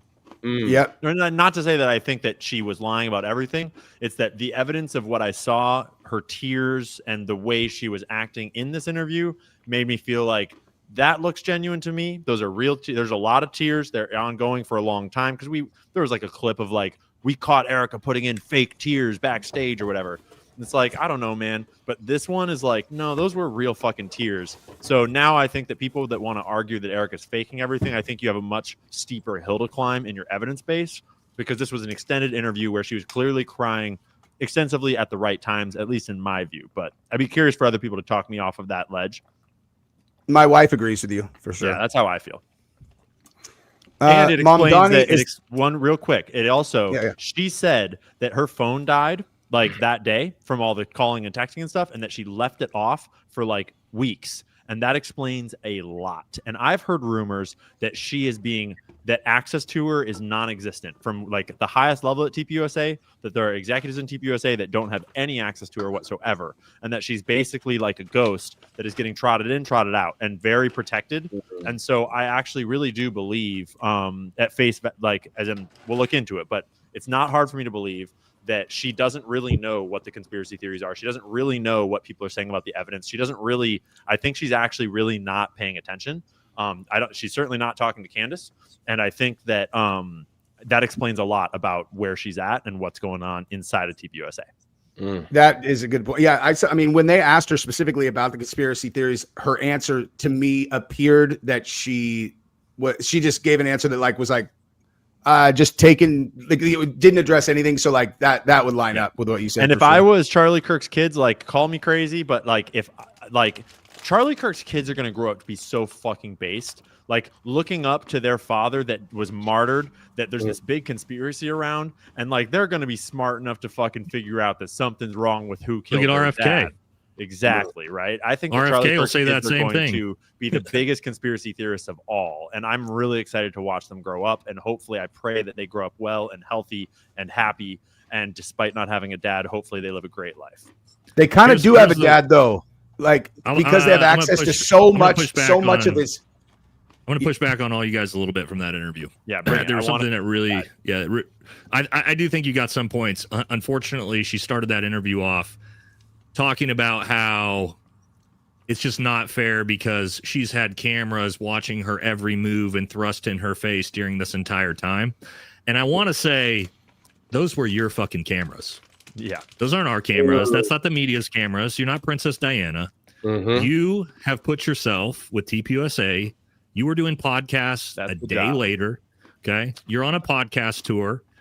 All right. I'm sorry, but like, I get everybody grieves differently, but there is some accountability to her actions, and TPUSA deciding it was a good idea to shove her in front of everybody over and over and over and over again. Not to say that she's not genuine, but I think they did that to themselves and they did that to her, and she did it to herself. Well, in some ways, it might be it's possible, Nate, that they did that to her. Right, that's what I'm saying. Right, but I mean, it's not me and you and Candace Owens shoving cameras in her face. It's TPUSA and her, right? Completely so when she said that gave me a big eye roll. Like, you did that. Fox News didn't do that. Nobody's done that. That's on you. She didn't. What I'm saying is that she didn't necessarily do that. Imagine you're Erica Kirk and Charlie's just been killed, and all of the men around you that run Charlie's company, that are Charlie's best friends, allegedly, they're all like, we want you to step in. We want you to step up. We need you to be strong for Charlie. And they're pressure. And I'm not saying I know this. I'm saying, imagine if they are pressuring her to do all that. That's fucked. And that would match with their other behavior of exploiting Charlie for all that he's worth. Oh yeah, no. Right? I'm not disagreeing with you at all. I the more I watch TPUSA, man, like I started out, like me personally, don't point any fingers at them, nothing. And to the point we've got now, and I'm not talking about Erica Kirk, I'm talking about the people at TPUSA. I think they're all fucking leeches, dude. I went on a giant rant the other day about them continuing to broadcast on his channel, making a fool out of his channel. Like, they need to get the fuck, if anything, get off Charlie Kirk's YouTube channel. You didn't build the Turning Point channel. And start the Turning Point. You didn't build his fucking channel. Don't disgrace it. Get off of it and go do your stuff on TPUSA. So I agree with you on that point, where she probably has been, I would imagine she probably has been influenced by them and forced into that. I want to jump in here as somebody, I don't know how many of you guys have lost like somebody that you were intensely close with, but like after I lost one of my kids, bro, in 2022, like I was shut down on such a fundamental level. Like there's a level of shock that your whole psyche goes through when you lose somebody that's like unfathomable to lose. And like, I very easily could have been herded into like stupid shit. You know what I'm saying? You know, being fake for cameras and shit like that, being coaxed to be strong and all that. I could 100% see that. I don't think that the people around her have the best intentions for her specifically. Yeah, I don't think so either. Maybe they think they're doing what they're doing in the best interest of TPUSA in the way that they see it. But like, you know, there are some things with her where I'm like, leather pants was a choice. You know what I'm saying? Yeah.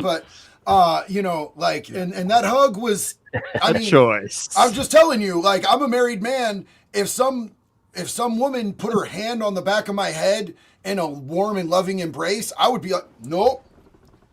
You know what I'm saying? So there's or this statement where I promise if I'm dead, I want you all. I've already said, I told my wife, my buddies are going to take care of you. If you go out in public and say, no one will ever replace my husband, but this man, that's a fucking problem 6 weeks later. So listen though, with that hug as well, I've also seen her pictures of her hugging Usha and doing the same exact thing with no. Well, I've seen people try to defend that. Throw that out the window. Hugging your female friend, comparing to hugging a male, one of your dead husband's best friends, and the vice that president way in public is vastly fucking different than hugging your female friend. So that one needs to get thrown out. I've seen people try to defend that.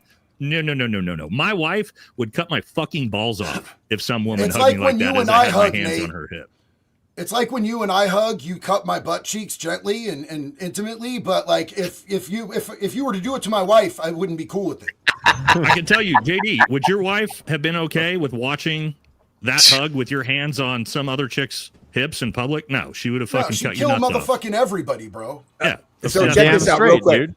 So relevant context is this is what Charlie was wearing the day he got shot. He's wearing black jeans, white Freedom shirt, and then this is her outfit. Like they were trying to recreate Charlie's fucking outfit. That's what they were trying to do. Yeah. That was like the attempt. Yeah, well, it didn't work out. Well said. My wife found that, but I mean, still, women pay attention to the leather details. Pants, though, leather fucking pants. Also, when you know JD's background with leather, then that becomes a whole new thing. Damn. Couch what is joke, it? insert here. I did Right, not I'm just know saying. that. I knew his background with Peter, but I didn't know his background with that. You don't know about the leather couches, Ian? No, I don't. What? Oh, yes. dog. Oh, yes. So it's from Hillbilly Elegy. Yes. Yeah. Yeah. Yes. So that's what people are saying is like that leather pants were a choice to hug JD Wait, that tell way me. for sure. Tell me about the leather couches. Jesse, you're always so far behind the I know, dirty shit, dude. man. I didn't So, even know yeah. about fucking I Seaman don't know. Balboa. Have you not looked at any meme or post about JD Vance? All you're going to All see I is do couch jokes. is film and do jujitsu, and that's So it. when Peter Thiel decided that he wanted to choose the next president of the United States, he funded he funded JD Vance all the way through his campaign, through his career, got him elected into Congress, and magically a book appears called Hillbilly Elegy that JD did not write, but they tried really hard to hide that fact to this day. And then once he was gonna run for vice president and no one had ever fucking heard of this new politician, magically that book gets selected by Netflix for a giant movie that hits the theaters right before JD Vance gets announced as the vice president nominee. And in that Hillbilly Elegy, there's some stuff with some couches from back in his degenerate I'm a hillbilly days, because I'm so relatable. Yeah. But And nobody by- owns and the by- media. Involving Nobody his owns the Willie. media. If you didn't, yeah. Fucking leather couches, essentially. Ben, All what is right. up, my guy? Keep Wait. it up, So JD. in the show or the book, he's like he's sticking his dick in a leather couch. There's some alluding to it. So Yeah. then I retract every bit of defense that I gave Yeah. to this outfit. Then that's That's pretty where relevant all the memes context. and jokes are about the leather pants are coming from, Jesse.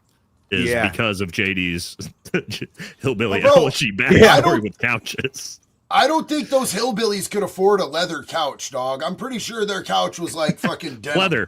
Pleather, bro. Pleather. Yeah. Maybe Old pleather. pleather from the side of the road. It's even softer. It's already worn in. Someone already else's been- Hey, thumb it's is not already it's not all it's not over it. Already cheating been- if I keep the pants Oh. on. It's not What? cheating, dude. It's not cheating. So I- what do you think's the over under that JD Vance divorces? That's his what I'm wife? hearing. Oh, there's During a this- All lot. the way Oh, up. that's a big one. That'd all be the way up. fucked up, dude. That'd be so fucked. So wait, that would be Ian, can you give me my theory? I was talking to my wife Yeah. about real quick. Yeah. I don't think he's going to divorce her. What's far more beneficial than divorce? Pneumonia. She dies. Pneumonia. Oh She no! dies due an That'd be illness. so dark. Yep. Oh, That- but it would be tug at the heartstrings of the Yeah. evangelicals. Dude, Could that you would be- imagine? they find Peak solace in degenerate each other's America. grief, and they fix each other. It writes Dude. itself, dog. It writes I will itself. It writes itself. Hold on. No. Divorce writes won't work itself, politically. You're right. Divorce dude. won't You're work so politically right. for the evangelical crowd. No, They won't buy it that. doesn't. Even dark. though she's Hindu and she won't convert, No, you're like totally a divorce right. is it's a mark of shame. It's a scarlet Yep. letter. It's But gotta be widow. if she and Nate pointed this out to me. Like, look at pictures of her today as opposed to 10 months ago. Yeah, Who dude, does? that- She they've been that working. picture She looks like she's being They've poisoned, been dude. working on this shit, bro. It is crazy if you look at the She comparison. looks 20 years older. Yeah, you guys know what you're talking and so about. I think 2028, the Republican ticket comes down to JD Vance remarried to Erica Kirk and Nick Fuentes married to Candace Owens. Because I think JD Vance needs to whitewash his family, and I think Nick needs to get a little bit of color in his perspective to be able to be sellable. Candace might not be amenable, but I did see her No, comment on his certainly ex post not. today. It was Certainly good to not. see I know. that. It was good to see my that. Like, researcher, you're Secret agreeing for Weapon, said once. the couches thing is a lie. Hold Fact on. check lie. He says. Yeah, probably not. But let's look at let's I look like at my this, couches 'cause pre-fucked before I get them. Put this picture up on the screen, and this is why this is important. This is his opponent. Yep. That's in 2028. And if you fucking think the JD You're Vance right. is going to beat this, I can tell you right now, you're fucking high. You're right. Yep. I I'm think just what he saying. really needs to focus on there is that Gavin Newsom had an affair with his chief of staff's wife won't matter. when they It won't matter. They It don't won't care. matter. It's America. They don't It's care the about left. that. Yeah. Yep. No, I mean, know. bro, They're like Donald all Trump. polyamorous anyways. Like, Yeah, it's I extra know it points won't if you matter. watch your wife get drilled sitting in that little Exactly. chair in the corner, dog. yeah. He's so secure in his manhood, he watched that other man drill his But wife. we're not just talking about the left. JD Vance has to somehow get all America First on board, which I can tell you right now, if things don't change, Nick Fuentes will make sure millions of young conservative men do not vote for JD Vance, and he will I'll be not right win there the with election you, because of He it. already said he's going to. He's like, if he denounces me, I will rise up. And then fucking Vance denounced him the next day. I was like, that was not Short-sighted. advisable. So you He guys, should have ignored the issue for a while and like bided himself a little bit of time. So But he hold on. knows they're going to kill Nick in like 6 months anyway. Hey, so wait. So you guys think that Newsom's gonna be next? Oh yeah, they're gonna. yeah. put him He's up. going to be They're next gonna run on him. the Democrat. Oh, yeah, ticket. dude. I've been saying I said he's gonna. I've been saying he's gonna win the White House. I think he's gonna win. Yeah. If they run JD Vance against him and there's still this beef with America First, Gavin Newsom or JD's gonna get And landslide. they love the pendulum swings. The pendulum swings are so fucking useful. And Gavin's always been he's been running the Trump, like he's been running the Trump, you know, like that's why you go on X and he's doing these AI jokes. So look at this piece of shit. It's like, I mean, no one's He's ever doing all the he's podcasts and he's trying to He's bait taking- Rogan into having him on. He's all, Joe's too pussy to have me on. I'm like, Joe's not gonna fall for that, dude. Yeah, I'm him being our governor here. Unfortunately, I'm like, how does that sell in Middle America though? How fucked up he is. I'm gonna. They don't know. Tucker to They run. don't I'm gonna know fucking convince Tucker what's Carlson going to on in run and California. steal the whole In thing. California, they'll just Tucker- rig it. Tucker, I think, is the choice. Tucker will I- save the world. Yes. And the problem though is I think Tucker likes his life too much, man. I know, but I will put everything I've got into convincing that man that he needs to save America and he is a patriot, and we will get Tucker to save us. Dude, He'll get Elizabeth, everybody. He can and he'll unite the America First and the MAGA crowd immediately. That's the plan. One Whereas second. JD Vance can't do that. well, Yeah. if- Elizabeth right told now. me that he has no security though. Like he just lives his life, doesn't have No, security. just And his I'm own like, guns. Yeah. that is super fucking scary, man. wow. I mean, to be fair, the places that he lives, which we won't go into, the places where he lives are their own security just by the nature of the zones, like the nature of what they're like. Yeah. And you know, he shoots a lot, but He does shoot a lot of guns. I he thought you said shoots he a lot. okay. yeah, he shoots a lot. But that being said, Tucker, stay fucking safe. We need you desperately. Yes, sir. yeah, Man, if there's a okay. chance that this guy Newsom can win the White House, then yes, whoever can beat him, we need. Because there's no fucking way. Oh, dude, I he don't is the understand. reason the reason they didn't run him in 2024 is because they knew he's such a good candidate that they didn't want to waste him in a short term one. Like that's why they just threw Kamala at it and they're like, let's just fucking throw some shit at the wall and see if it can work. Because with Newsom, like people feel like because Trump won that there was some, because like it's only taken this much time where people are already like, okay, what the fuck? But go back to fucking October 2024. And you felt like you were like given COVID and they are trying to shoot Trump. And it's like you felt like if we fucking lose, this is nightmare fuel. But They love that And then people pendulum just- swing.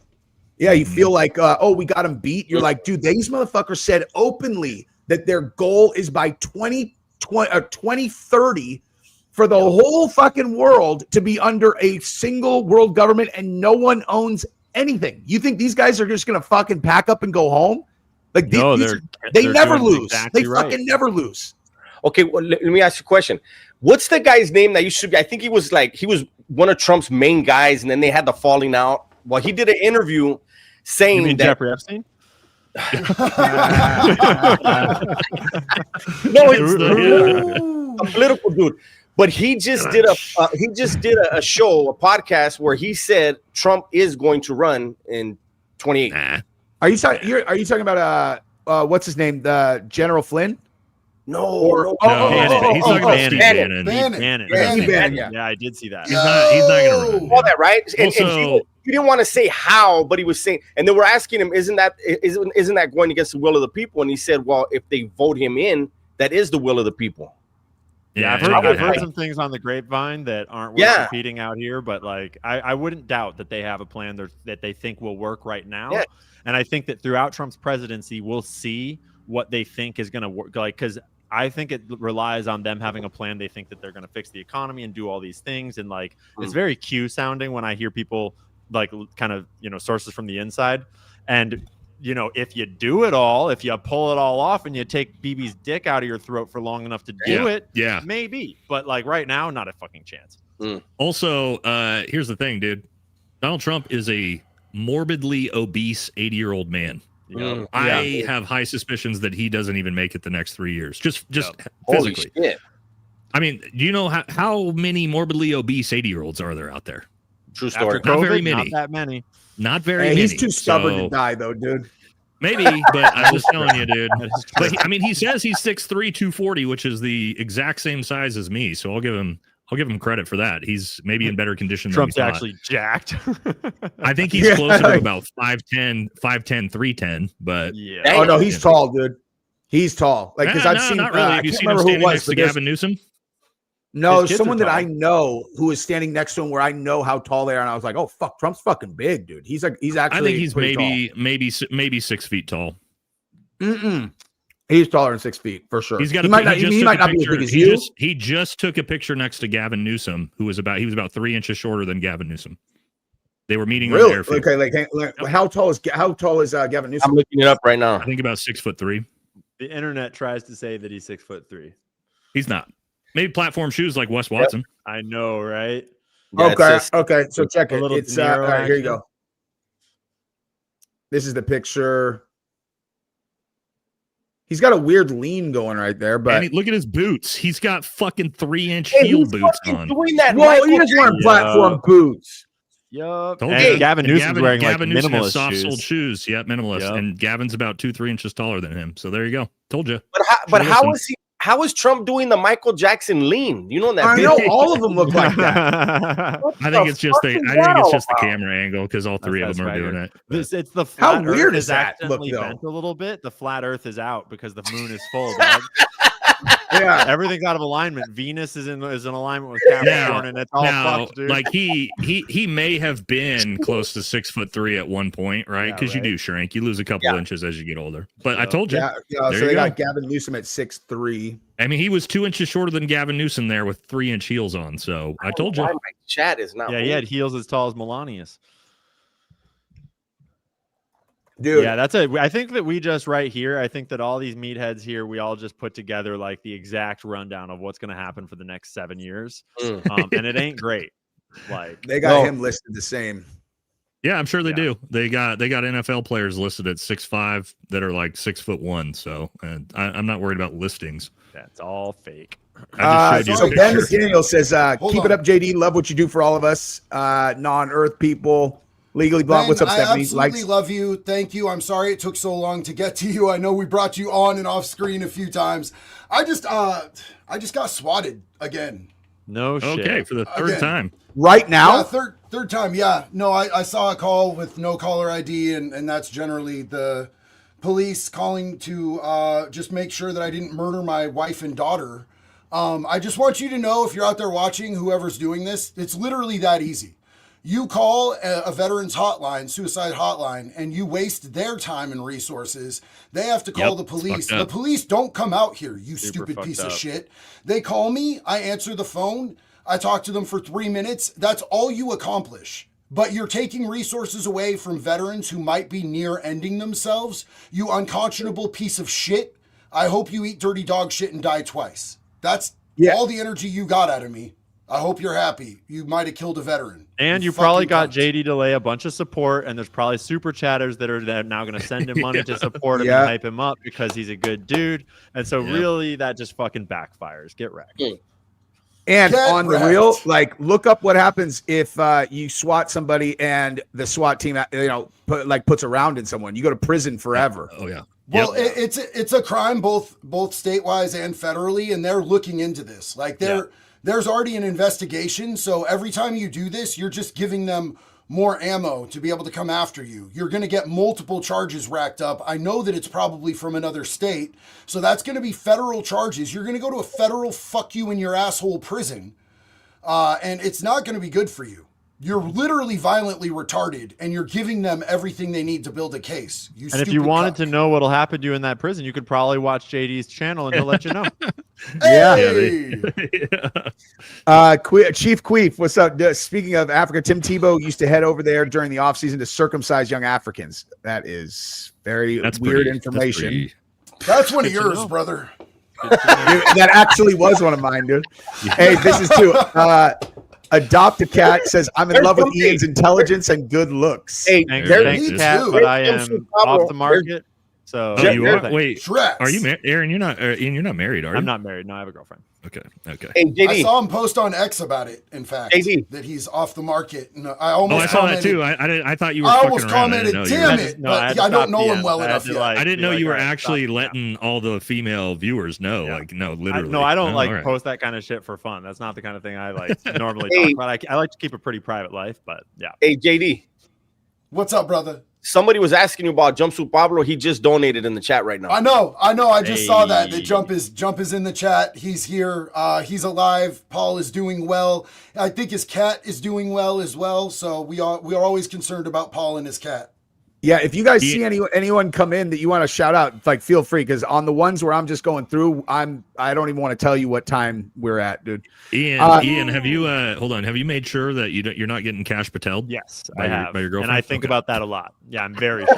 That's a real. I mean, that's a real thing that you potentially need to be concerned with. I know people will laugh about that, but it's not a joke. And that's why I'm so fortunate, and that's why I'm so grateful, and I ain't fucking this up, because like that's a real concern. And I feel for that for Nick, for example. Like Nick Fuentes is going to deal with that big time. That is rough, dude. His DMs must be full of all kinds of fake ass Israeli honeypots. Yep. This shit they got. I mean, I think they got it. Anyway, Lord Griffin says religion are problems. Yeah, you know, not everyone from those religions are problems. Like there are Christians that are pieces of shit too out there. I think that extremism is problems, and certainly some religions skew better towards extremism than others, and certain religions have made it their entire national identity to be extremist right now. But you know, everyone is an individual. Yeah, Son of the Prophet. What's up, man? America first. No billionaire rulers. I mean, I don't have a problem with people being billionaires. That's kind of what we're living in, but it's going to happen. Yeah. Thank you for the super chat. Zuby says, what hard stances do you think Trump take to separate from Israel without hurting that funding? Like, what's a logical stance he could possibly take from your guys' views? Left and right wing wants a civil war. He's not going to do anything against them under any circumstances, in my opinion, because he has that Gaza deal that represents such an astronomical amount of money. It's unfathomable. He's just going to do whatever they say. I don't think that he'll go to war for them. Let me argue the other side of that, actually. And I'm not really arguing the other side of it, but because it's still fucked up. But that Gaza deal, for example, that Gaza deal is bringing in a bunch of Arab money from the Gulf states, and it's getting Gulf state money to invest alongside Jewish money. And I like, and even though it's fucked up the way that is happening, in the long run future, I think that is what needs to happen in order to normalize relations and to kind of calm the fuck down out here, because ultimately money talks. And if the billionaires that are brown have money invested with the billionaires that have big noses, and everyone just simmers down and takes the jokes, that will hopefully lead to a better world. But I'm not confident that that's what's gonna happen. I'm gonna take a little bit different perspective. I think Butler, Pennsylvania was a warning. I agree. And I don't think I'm Jesse. He's not going to, not because of money, not because of anything.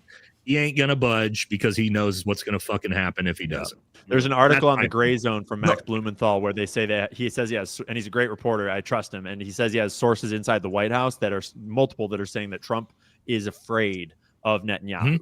Because of that. He might. Yeah. I mean, I'm not saying he's not. The only reason I would push back on the Butler being a warning is only because of that trade that I verified a bunch of different ways where that Austin, I can't remember the exact name of it, but it's a family investment fund, and they bought 1.2 million short, but like they shorted Trump's media company. And then after the day before the assassination attempt, and then the day after, the guys who own that fund, all the primary investors were Cheney, fucking Soros, and all those guys. And they actually went and said that the short position that they took on DJT was an accident by their clerk, and the fucking trading desk allowed them to change it from 1.2 million shares to 1,200 shares. They allowed them to change it after Trump. Look that up, dude.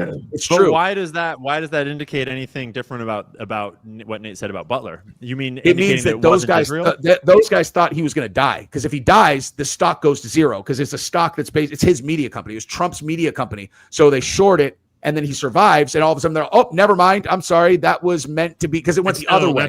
That's whether he whether was he was supposed meant to die.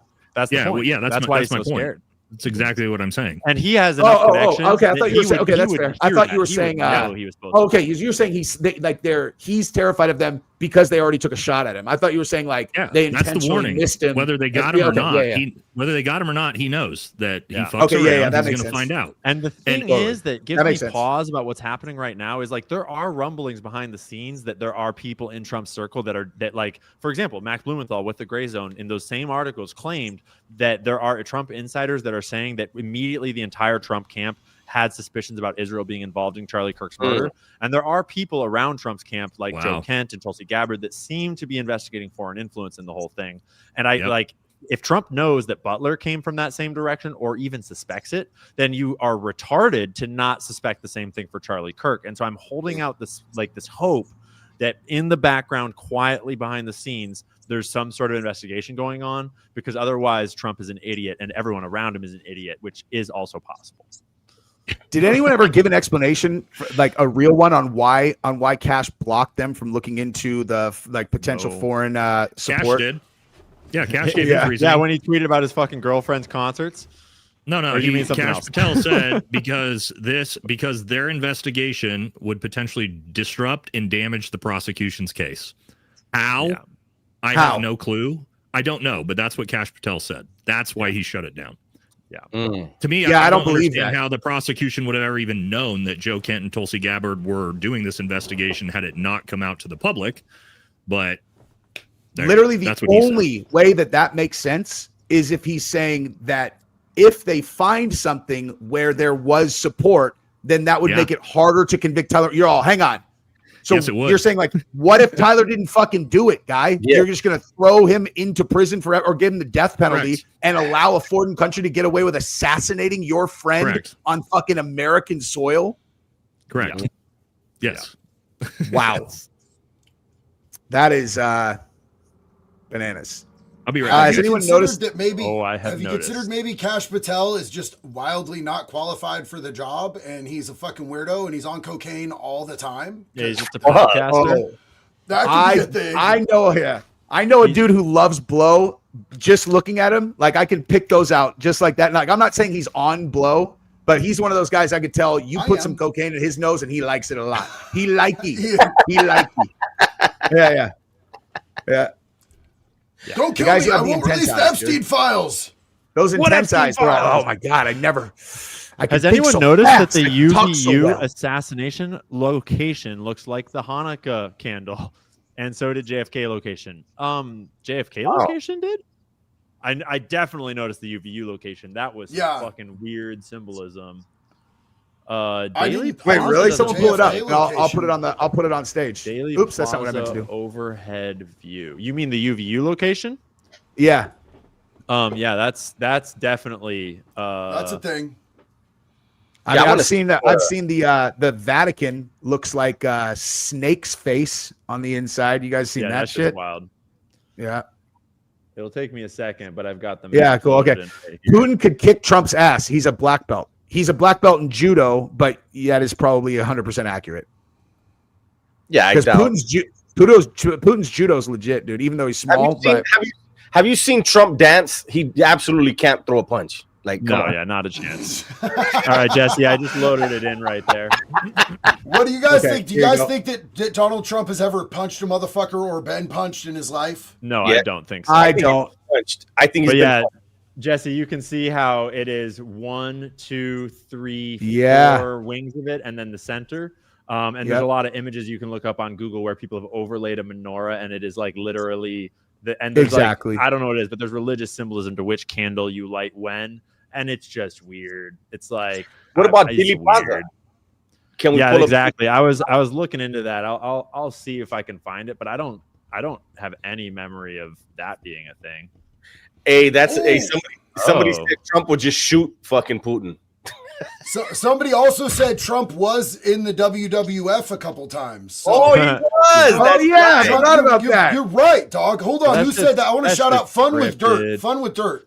I know it's scripted, bro, but it's still like, you know, I mean, everything's You have to scripted. do It showed athleticism and his ability to Yes. like jump true. on somebody. Oh, Vince McMahon's my best friend, and he never had any allegations. Yeah. Oh So, my no, God. I- Dude, Daily Plaza What the pulled hell up did I now. walk back into? that Daily story, Plaza that was one of kind those of stories that like when that Vince McMahon shit happened, like that was one of those ones where people are like, Jesse on Fire is making this very entertaining. He's like, that's like the kind of story that I can make a lot of fucking jokes about. You know what I mean? Like I was reading the lawsuit. That shit was so fucked up. That case is Yeah. fucked. Hey, real quick, Jesse, before we move on, pull up my screen one more time and we'll just kind of look at the Dealey Plaza one. Like, so I think that they're claiming that this is a menorah shape, which, okay. you know, you could not as obvious as the Charlie Kirk spot, but there is kind of a V shape like that. And he was shot on one of these roads. So Who was? Seems like Uh, a little bit JFK. of a stretch. Oh, A little bit of a JFK. stretch, like Wes Watson's paperwork. yeah, bit of a stretch. and his anus in prison. Yeah, I was gonna say his Yes. paperwork wallet. His The wallet. funniest That's where thing he is kept that- his paperwork. When he talked about keystring stuff, that was like not even contraband. I was like, why are you Yeah, fucking shit that you're allowed to take with you. He's like, I don't need to put it in my ass. I want to put it in my ass, bro. Yeah. I hoop my paperwork. You're all, why don't you just Yeah. walk outside with it in your hand? Yeah, the fuck? That's what everybody Um, else did, for fuck's sake. Here, Yo, what do you guys Lincoln think on this Von one? Yeah? Dooferfucker. This is my dude. This is my homeboy, bro. I love Von Doofenfucker. I'm confused. How can Cash Patel get to Valhalla after his wife pegged him into FBI for Israel? Is Peruvian marching Wasn't his powder really wife- that powerful? Not even his wife. It's just No, he his divorced his wife. Oh, guys, Damn, also dog. we have to make sure we say allegedly because Allegedly. We love because she's Izzy. suing. She's She suing is people suing. that are saying that now, and they Yeah. love to sue. Don't they love to sue? Oh my Yeah. god! I was just reading a comment from my cool friend, okay? Yeah. Yeah. So All, Dude, I, the all cool I was friend. saying is I think Cash is doing an incredible job, and I support everything that he's done. Yeah. And Alexis, I agree. He's Alexis's doing a lot of music is cocaine. The best. I love Alexis's music, whatever the ones that she did was, the one song. So Yeah, love yeah, it. that one. I know that one too. The good one. In the run-up Sounds to the election, weren't Bongino and that guy like gung-ho about the Epstein files? Oh yeah. Oh, And, The- and Oh, yeah. so Oh, yeah. they got to find out what was going on. They're scared to death of it. And that's when the eyes Dude, went like this. Bongino, I trust, dude. Like Bongino, he mu- I feel like he must be choking on this. Oh, you're out, dude? You're out on Bongino? and was a pedophile trafficking ring. Jeez. That There dude is- He's has got no there is- faith jack in shit. nobody, man. You Who do you lost. like? There is no Epstein files. Yeah. I agree with Cash. He literally There's no- came out with there's- Cash is that Patel what with you his want me to eyes say? this There's And no remember Epstein when they files, asked you guys. Dan I have Bongino what's a integrity. cause near and dear to his heart, and he said, Israel, the country of Israel. Bongino They said that? literally, yeah, on an interview Yeah. on live TV on a mainstream network. I think it was Fox. The news anchor asked him, "What's a cause that's near and dear to your heart?" And he thought for a moment, and he said, Yep. Israel, the Yep. people of Israel. Yeah. Yep. that was Oh, his they must have response. got something on him, dude. Bam, bam, bam. They must have You know got what's him in- then. You know what's a cause near and dear to my heart? America. America. People of Fucking America. A, right? Because this is Yes. where the fuck I live. I remember Yeah. growing up every day. Ever. Every day I grew up doing the pledge to the flag, the American flag. I remember we used to do that shit in school and people weren't as fucking retarded. Back in the good old days. Yeah. I'm You know, saying, there is like- one other question that might be easier, which was asked to Peter Thiel, which was, should the human race endure? And it Oh, took him God. 18 Crazy. fucking seconds. 18 seconds to say, yes, humanity should endure. So, That was But only the bananas. ones I like. yeah. Yeah. Not all I of think them. what he was actually Maybe thinking we're- about, because like what those guys are working on all the time is they want to like figure out a way to transfer human consciousness into like next generation AI.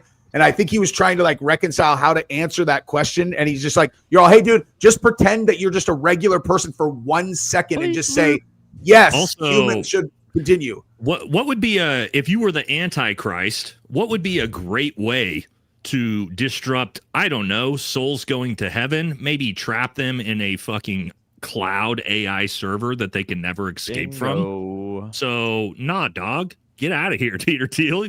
Yeah. Fucker, dude. And he's constantly bringing up the Antichrist, too. Let me ask you guys this. If you had the option, right, they could, let's say you're on your deathbed and they can upload your consciousness into a robot that will live for fucking ever. Would you guys do it or would you die? No, I'm already going to the cloud, the good cloud, the cloud where God is chilling. I'm dying immediately, dude. Yeah, I'm I'm going to the cloud where everyone else is hanging out. It just having depends, a great like, time. I would never sign on for like, oh, I want to live forever. It just depends on if there's some reason that I needed to stay around for my family for some reason for a while. You know what I mean? I don't know. You're gonna live for infinity, bro, and you'll never know what comes after. Nope, not at No, all. no way. I definitely would not do that. No fucking way. The infinity and the AI, no way. And you got to remember, a lot of people would say yes. A lot of people will say But absolutely you know- because they're scared to die. but you know what they're not thinking of? If you can live forever, you're going to watch every one of your loved ones die.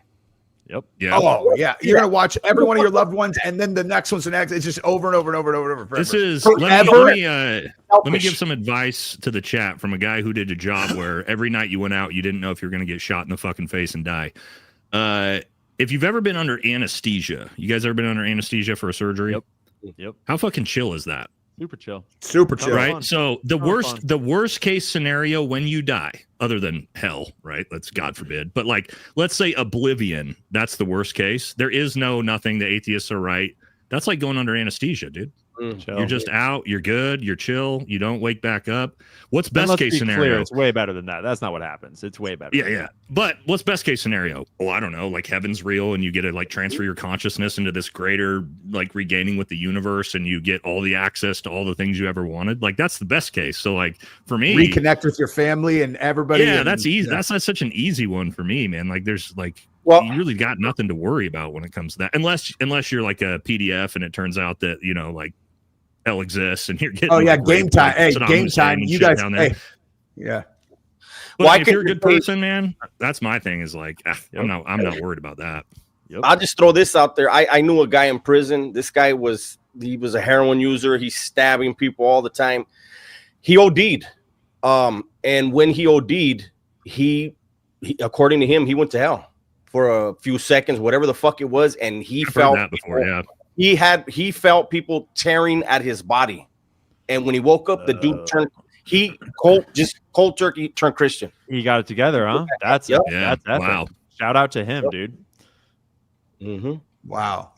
I've seen some people speak about that, like people who crossed over and came back with, and they are so certain in what they're talking about. Like there's like I can just see it. There's no like they have no questions, and they're like I don't know. There was one guy who was a biker. He was like a biker, and I remember the way he spoke about it, he's like I have no fear. He's like, because I know where I'm going, and I just look. I'm like, this. I mean, I don't know. Have any of you guys listened to the telepathy tapes?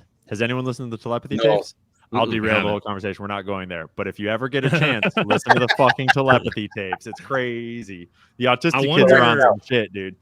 I wonder how much of, because there is the DMT release in your brain when you die. I was right? Like, just that's a gonna real say thing. this, dude. I wonder When you're how much born as of- well. when people have that near-death experience, or they actually do technically die, if the brain is releasing DMT and they're actually, the near-death experience is not actually seeing hell or heaven, it's that they're actually going through the DMT trip that they come back out of because they get resuscitated. Or You is know the what I mean? So check this out. DMT that allows you to reconnect? So I've thought that. about that a bunch too, but there's a video that I'll share with you guys, and it's a guy who has used DMT a ton, and he told this story about him doing DMT for the first time, or like his friend doing it for the first time, and he describes going into the DMT world, and he I can't remember exactly what it was. I'll find it. He interacted with the whatever's on the other side in the DMT, and they Jaguars. were like asking him questions about the person on the other. I can't remember. I'm butchering the story, but it was one of those things where like it has to be real. Like whatever's going on in the DMT world has to be real. Check this out. I've done lots of DMT. There you go. Me too. Check this out. I've smoked the toad. I've done the toad. Did you ever see? No, did you ever see a jaguar in your DMT trips? Not exactly Jaguar, no, but So this is a real thing. It's one of the most common things people will have in DMT trips is they'll be connected to a jaguar in some sense, or like there'll be a jaguar sitting next to them on their apartment couch. And nobody knew why that was until what they found was jaguars in the Amazon jungle like to dig up DMT root and they'll eat it and they get fucking high on it. And they'll find jaguars just racked out on DMT in the forest. That's trippy. So, that makes a ton of sense, dude. Yeah, so it's like super wild when you start to think about stuff. I've been like some that. places and seen some shit, but I have not seen jaguars. The last Ian, have time you that I done- did have- DMT, the last time I Go did ahead, DMT, I was in a bathroom with 3 mirrors, right? And they That seems like a they horrible fold idea, out. Jesse. And so I had Awesome like I was idea. looking at myself in triplicate, Yeah. and I took a big bong rip of DMT and just stared at myself as it slowly sunk in. And I was a jaguar, bro. Like it was the There you weirdest go. thing, like a tattooed There you jaguar, go, dude. I told and you. like Yeah. had a feathered headdress on. It was the weirdest fucking thing. And like every molecule of me was connected to the air, and like I could feel and understand every molecule around me. And I didn't leave my body that time. The first time I left my body, I don't recommend standing up while smoking DMT if you're gonna. And to be smoke clear, DMT, just in don't do case. psychedelics if you have a fragile mind. Don't do psychedelics Don't. if you Oh, have yeah. massive Yeah, yeah, fears. yeah. Don't do psychedelics Yeah. until you're right Yeah. with God. Only do Yep, yep. psychedelics if you are a warrior spirit that can handle anything that is thrown at you, because anything can be thrown at you if you take psychedelics. They And are do very it with a dangerous guide. for your psyche. And not inexperienced, do it with a guide. yeah. Not necessarily. If you are the kind of man that can lead your own fucking life and likes to lead your own journeys in this world, you'll be fine. But Oh, for sure. but I like just mean like someone who's like never done it. Like Yeah. if they just go in blind to like doing ayahuasca or something. Like oh yeah, for sure. yeah. Have you done Especially- DMT? Like have you done the toad? Like the I don't the toad or just like the because one of them all extractions and things like I've never done it in like plant form, but extractions from plant form and various synthetics and things like that. Yeah. Yeah, because like I heard that the one like the one that makes you hallucinate is the synthetic one, and then or like maybe not hallucinate, whatever. Like go on those like journeys. They that you are go all to. uniquely different. And so, Yeah. for example, ayahuasca mixes with a different chemical that takes down other brain barriers and does other things. And so there's certain mixtures that make things way more potent and change what it is. Ayahuasca is one of the main ones. But psychedelics in general kind of all tap into those same spiritual features that maybe they're just, maybe it's just brain science, but I highly doubt it. suspect there's a lot more going on there. Yeah. When I tried to do the DMT that I had heard everybody talking about with like what you guys are describing, but the guy that I ended up kind of like being like the professional who's going to do, he's like I don't do that. I do the toad, and he's like it's like the one that Tyson did, and Yeah, I've not done that. and I spoke to a couple of my buddies who had done it prior, and like one of them was like, dude, he's like, I died. He's like, I thought that I had died. And like, it's so, but I went in with my eyes open, just kind of like, listen, if this is going to be, cause I've done a lot of psychedelics, but never that, but I knew it was gonna be really, really heavy. And, there was another guy who did it at the same time as me, and we started by kind of telling our story of why we're doing this. And the guy who was before me had led one of the most traumatic lives I've never heard a person whose life was more. He was like a part of a commune, and he got expelled when he was like 14 years old and lived on the streets and anything that bad that could happen to a person. And he went in first, and they went in, and I could hear through the door, but I didn't see.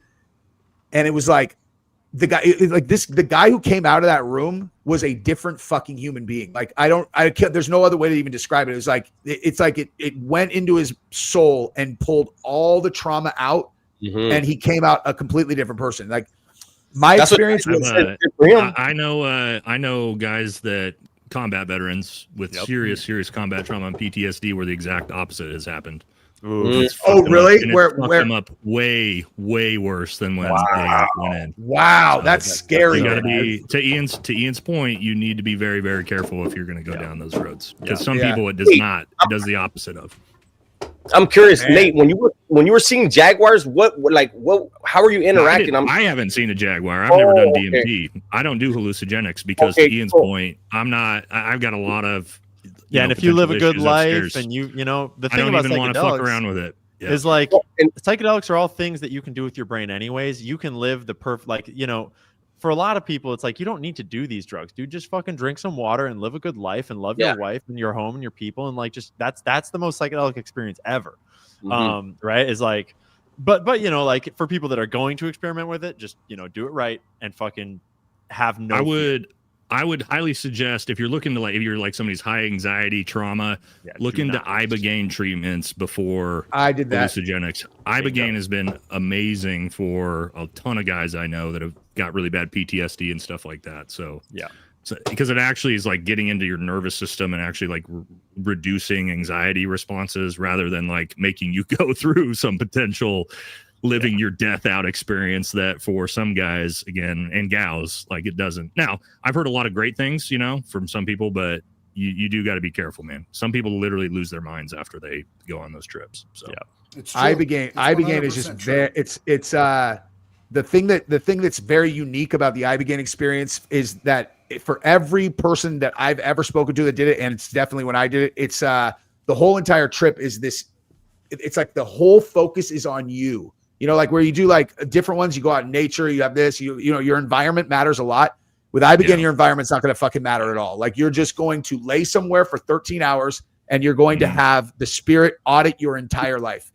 And I mean, like for me, the first, I'll tell exactly how mine started was I wasn't sure if it was working. Like shit just takes like a long time for me to work. And then all of a sudden I was like, I think something's working. And it was like, it felt like I just went, and I was just in a room looking at at my own cell phone, and I was on Instagram, and I was looking at a picture of my wife with my kids and another dude, and that's dark. Every part of this was like this is a memory. I remember living this moment, and it was the moment where it was the exact moment where I had exhausted all options, where I knew for sure I could never get her back, and it was like.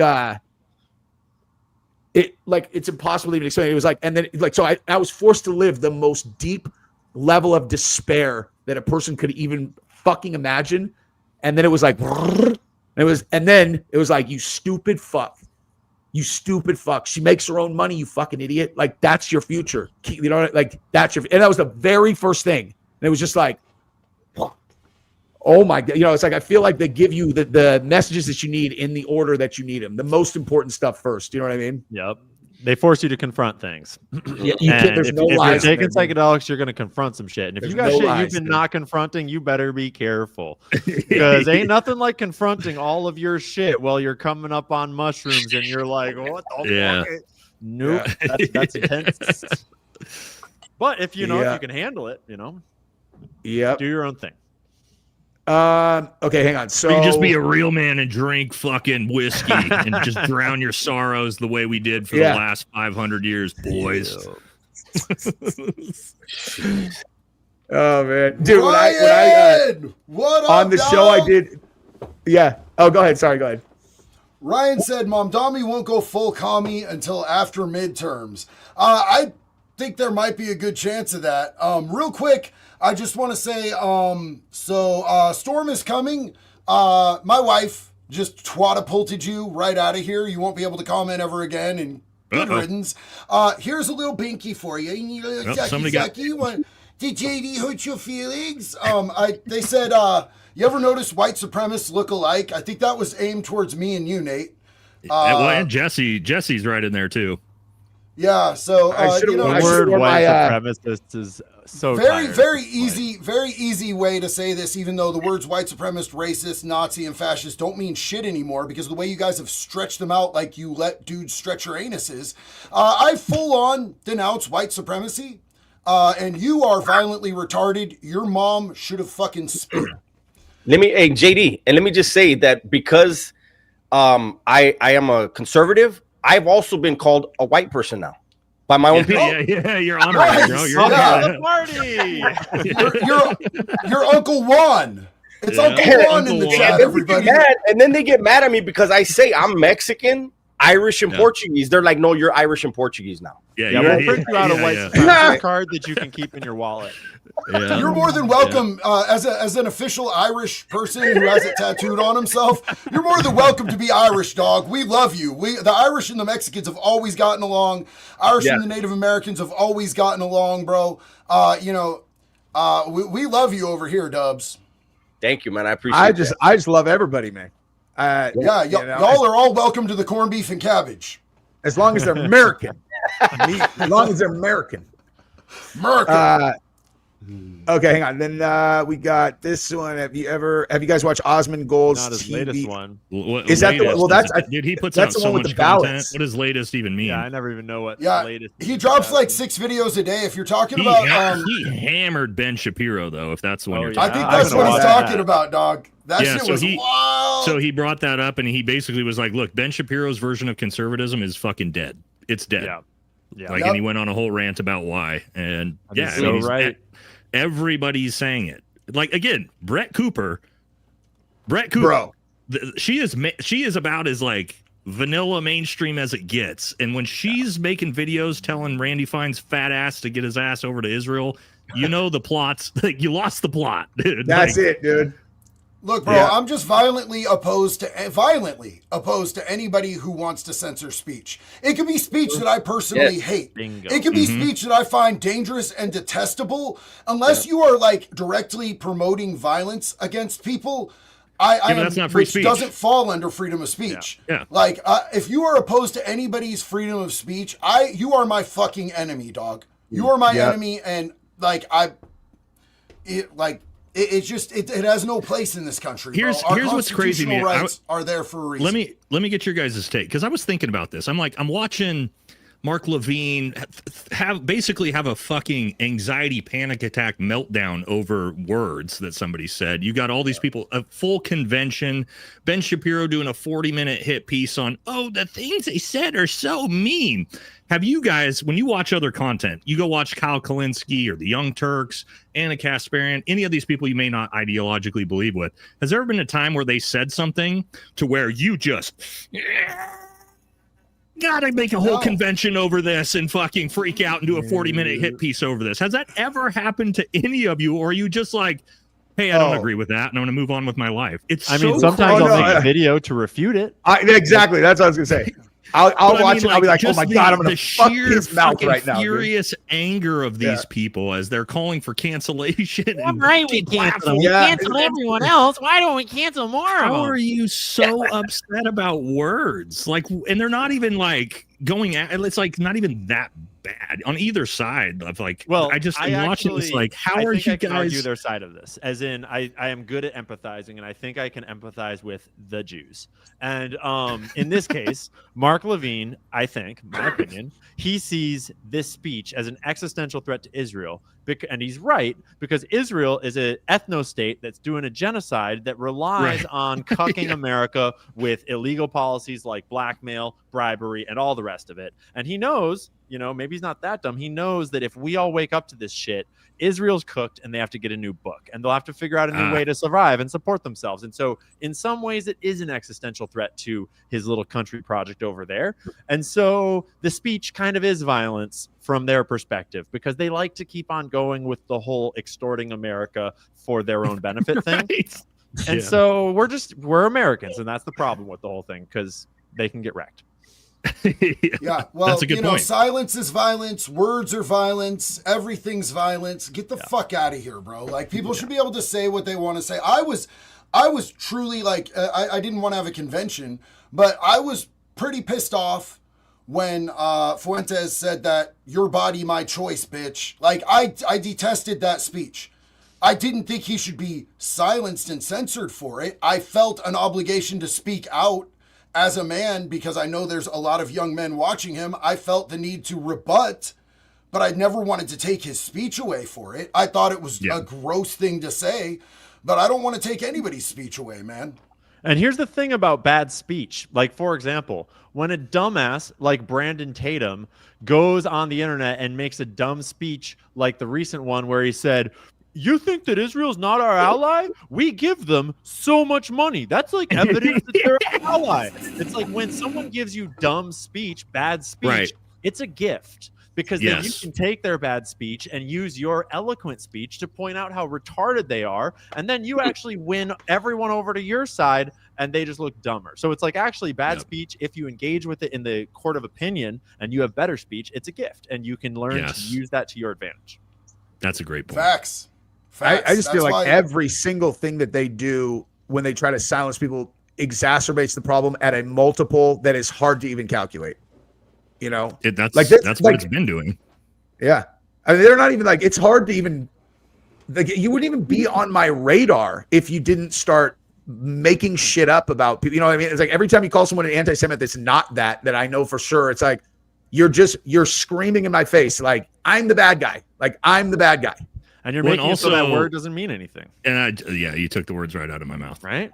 And it's like that, you know, I would actually, now that I've thought more about it, I would argue that we don't need the word anti-Semite. We have the word racist, and y'all's race is just the same as everyone else's race. Yeah. You're not better than anyone. You're equal to everyone. Well, The word racist actually, means first the same of thing. all, Ian, they're not Semites, so we should probably Yeah. chill with that to begin with. Because if I was saying I'm anti-Semitic, I'd be against the Palestinian people. So Yeah. it doesn't even make sense to begin with because you're all Dang. European. What are you even fucking talking about? You're a bunch of white people. Benjamin Milikowski. Look at Ben Shapiro. Is Ben Shapiro a Semite? Is Randy Five a Semite? Is Milikowski a Semite? No. Doves Freeway says, good to see Doves on the panel. Thank you. We got also, can you run for president? Need an intelligent president. Once this is, I'm not sure who they're talking about, but This is that's for too, me oh again. sorry, I This is missed my one. That's for homie- JD, This dude. is my homie James. Yeah, Hunt. hey JD, he wants you to run for president, dog. I get that. Yeah, I I'd get vote that for a it. whole lot. And my whole thing is that politics are ugly and dirty. I don't know that I want to surround myself and have my life be bogged down. I'm very protective of my peace these days. I like to be able to sit in the confines of, you know, my home, surrounded by my beautiful wife and my 2 small dogs and my kids, and be able to hang out with a cool YouTube community and meet amazing people like this panel right here of people that are like I now consider friends. But I feel like if I were to go into the realm of politics, that I would have to go to a dark place. And like I like being in a place where I know that like I can do good in a way that I keep my peace. You know, it just, to me, I don't know how much actual influence a president really has at this point, especially in this country. If you get I it, think they'll the kill you president, for it, though. yeah, the president is more of a mouthpiece and is told what they need to do and what they need to say. So I feel like if I did take the presidency or any other like government position that wasn't just super local, that I would end up being in a position where I would have to choose between my integrity or being killed and taken away from my family. I don't like that. So there's also other effect. My dad was a politician, right? And I'll tell you guys, it sucks ass on family. It sucks for the fucking kids. I was in middle school. My dad's last political race that he lost. He was in office for 12 years. And I was in middle school when he lost, and I could tell you, my mom fucking hated it. My sister hated it. I hated it. Being in middle school with your dad running for office, not a great time. So that's another thing that people don't keep in mind is it's a very selfish career, much like the military. Military is a very selfish career in some ways because you're deployed nonstop. But I mean, there is a big very, very selfishness to it too. At the same time, not to take away Yeah. from your point, right? But it's a But- funny but I mean- dichotomy, right? on the family, it can be very, very difficult. And then they pry into your life, everything you've ever done, everything you've said, everything your wife's ever done, everything she's ever said. Like it's a nasty game, like JD said, and like not for me. A lot of people will say that. And I'm like, yeah, no, I'm good on politics. Completely agree. For that reason. Same. Yeah. I mean, if we were going to do politics, we want to do like city politics, run for mayor and just be, you know, oh, you want that permit, dog? What's my end? I'm just kidding. I would, if I was in politics, dude. From here, like this is Yeah. actually a more important Yes. place for people like us. Far to more be. power, I think. Like Yeah. changing culture, changing the people is how you force politicians to change. It takes time, but like look at the conversation right now. Yeah. Yeah. Yeah, And I would like- say I was ahead. just gonna say someone like Ian, you have far more power Way more. with your YouTube channel and your social media than you would as Washington's governor. way more, and it's so only much growing. more power and influence. Yeah. Yeah, and That's I'm true. way That's better. why they go at Rogan so hard. Like that's why they're always going at Rogan and they're Yeah. always going to Candace and they're always going at them. It's like if you get big enough, like, and if you're not on board Tucker, like that was dude, the clips that I actually, because I watched Brett's episode and she did such a good job of demonstrating. Like I didn't realize the whole fucking event was all about Tucker Carlson. It's like Tucker doesn't whole even thing. say anything that outlandish at all. He just- multi-million-dollar conference. The whole to try to thing crazy. slander the most American motherfucker on this planet. know. Like, come on. Who's never said, like, all he does is he's like, oh, we're in a fucking a war with Russia through Ukraine. Maybe I'll go get the perspective of Vladimir Putin, who holds the largest nuclear fucking arsenal in the world. Because he's a Maybe there's journalist. something we can learn from a conversation. They're all, this guy is a compromised Russian agent. You're like, he's having a conversation, letting us see what the actual issue is. Like, same with crazy. Iran. It's fucking ridiculous. Like, and I remember when Trump did the thing with North Korea recently, and I saw Kushner and the other guy who negotiated it speaking about it, and they're like, yeah, we asked President Trump, should we go have this conversation? And they're like, and the president was like, yeah, of course, go have a conversation. And they acted like that was like some crazy development, that like our congregation would go speak to the leader of a nation that has thermonuclear ICBMs. You're like, I think you want fucking dialogue with these people, dude. Yeah. Like, I don't understand how that's. It's what's wild. I don't think anybody knows how close we were to legitimately going to war with North Korea. I do, because I was in First Special Forces Group when we handled Asia at the time, we were part of the planning commission for it. And actually, it was 2018. My ODA was deploying to Afghanistan. We actually had to put a separate Connex storage unit with all our winter cold gear in the event that we would get yanked out of Afghanistan and have to deploy into North Korea. You guys want to hear about I give you a quick rundown about before the you even initial say plan? whatever. Yes, 100%. So obviously, this I can say, right? I can't get too deep in the details, but the initial plan, obviously, Army Special Forces, Green Berets, we would infiltrate well before the conventional military. That's what we would do. We'd go in.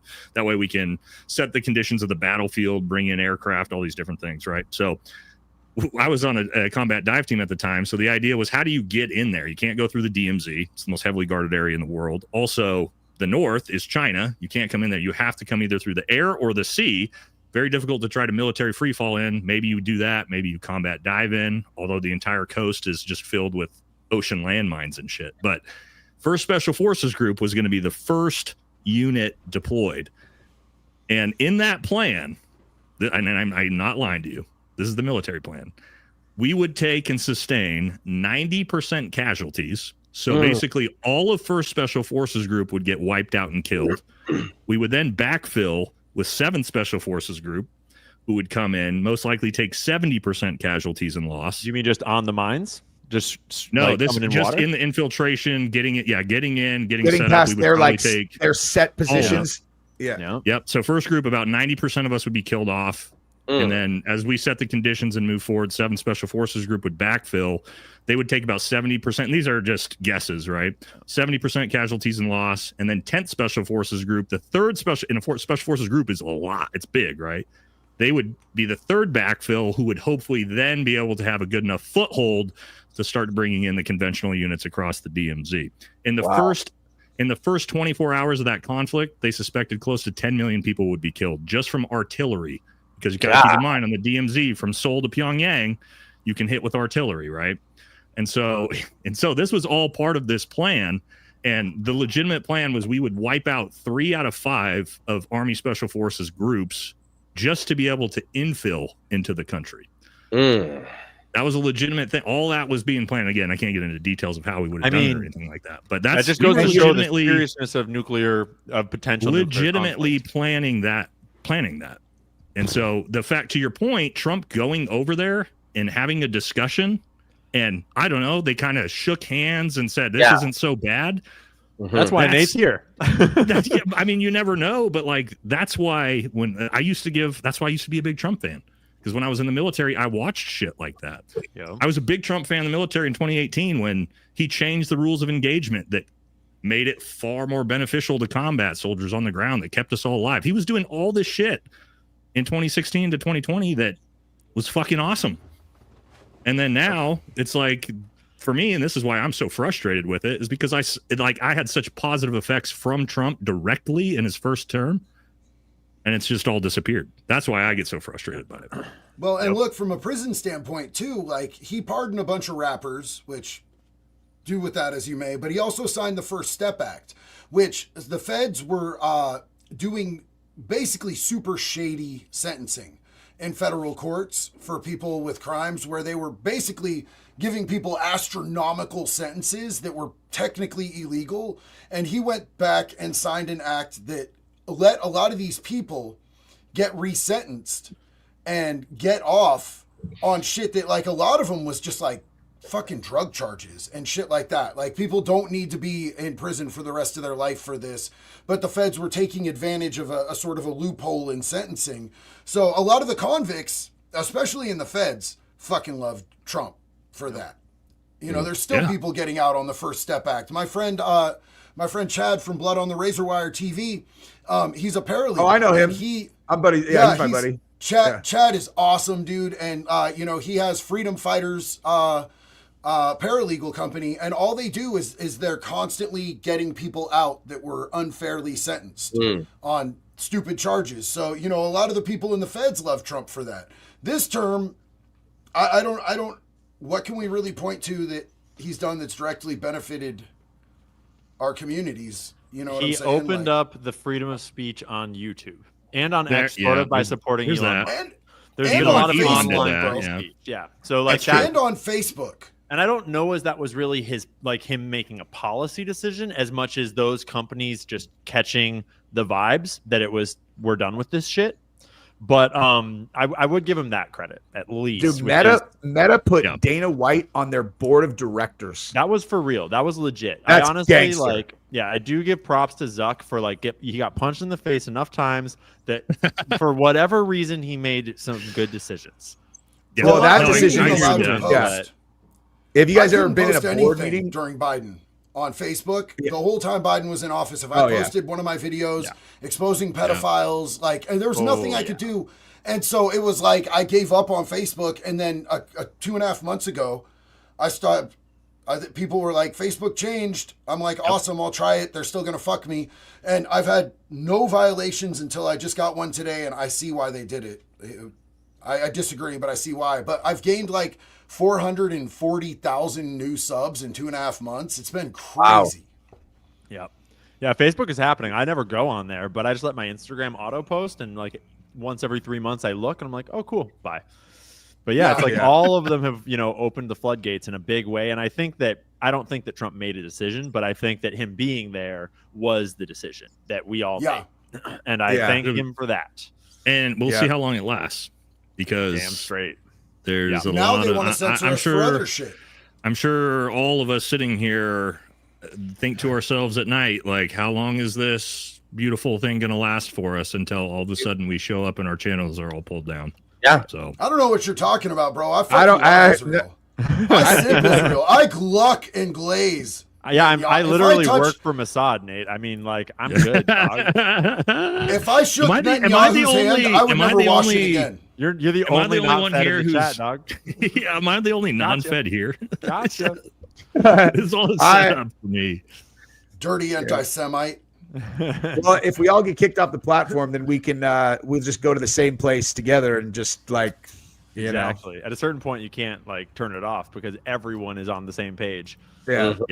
That's the hope. See you on that is guys. honestly, that would be the conundrum for them is because what I was saying, in the video that I did about Mamdani is if they were all at once, if they were really going to try to do a communist revolution in America, what they would need to do is before they really tip their hand on what they're doing, they're going to come get all of us on the same day. They're going to come knock on the door. They're going to tell us some some innocuous thing with a piece of paper that, hey, you just need to come with me. You'll have time to call your wife, and we're going to be on a bus to DC so that state stuff doesn't mean anything. They got us in one place. It'll be all there. And that's when we're going to find out that the next time we see freedom is after we've pledged allegiance to the fucking Mamdani Prosperity Party, and our platforms will now be nothing but propaganda for them, or else we're fucking never getting out, or they'll kill us. Re-education.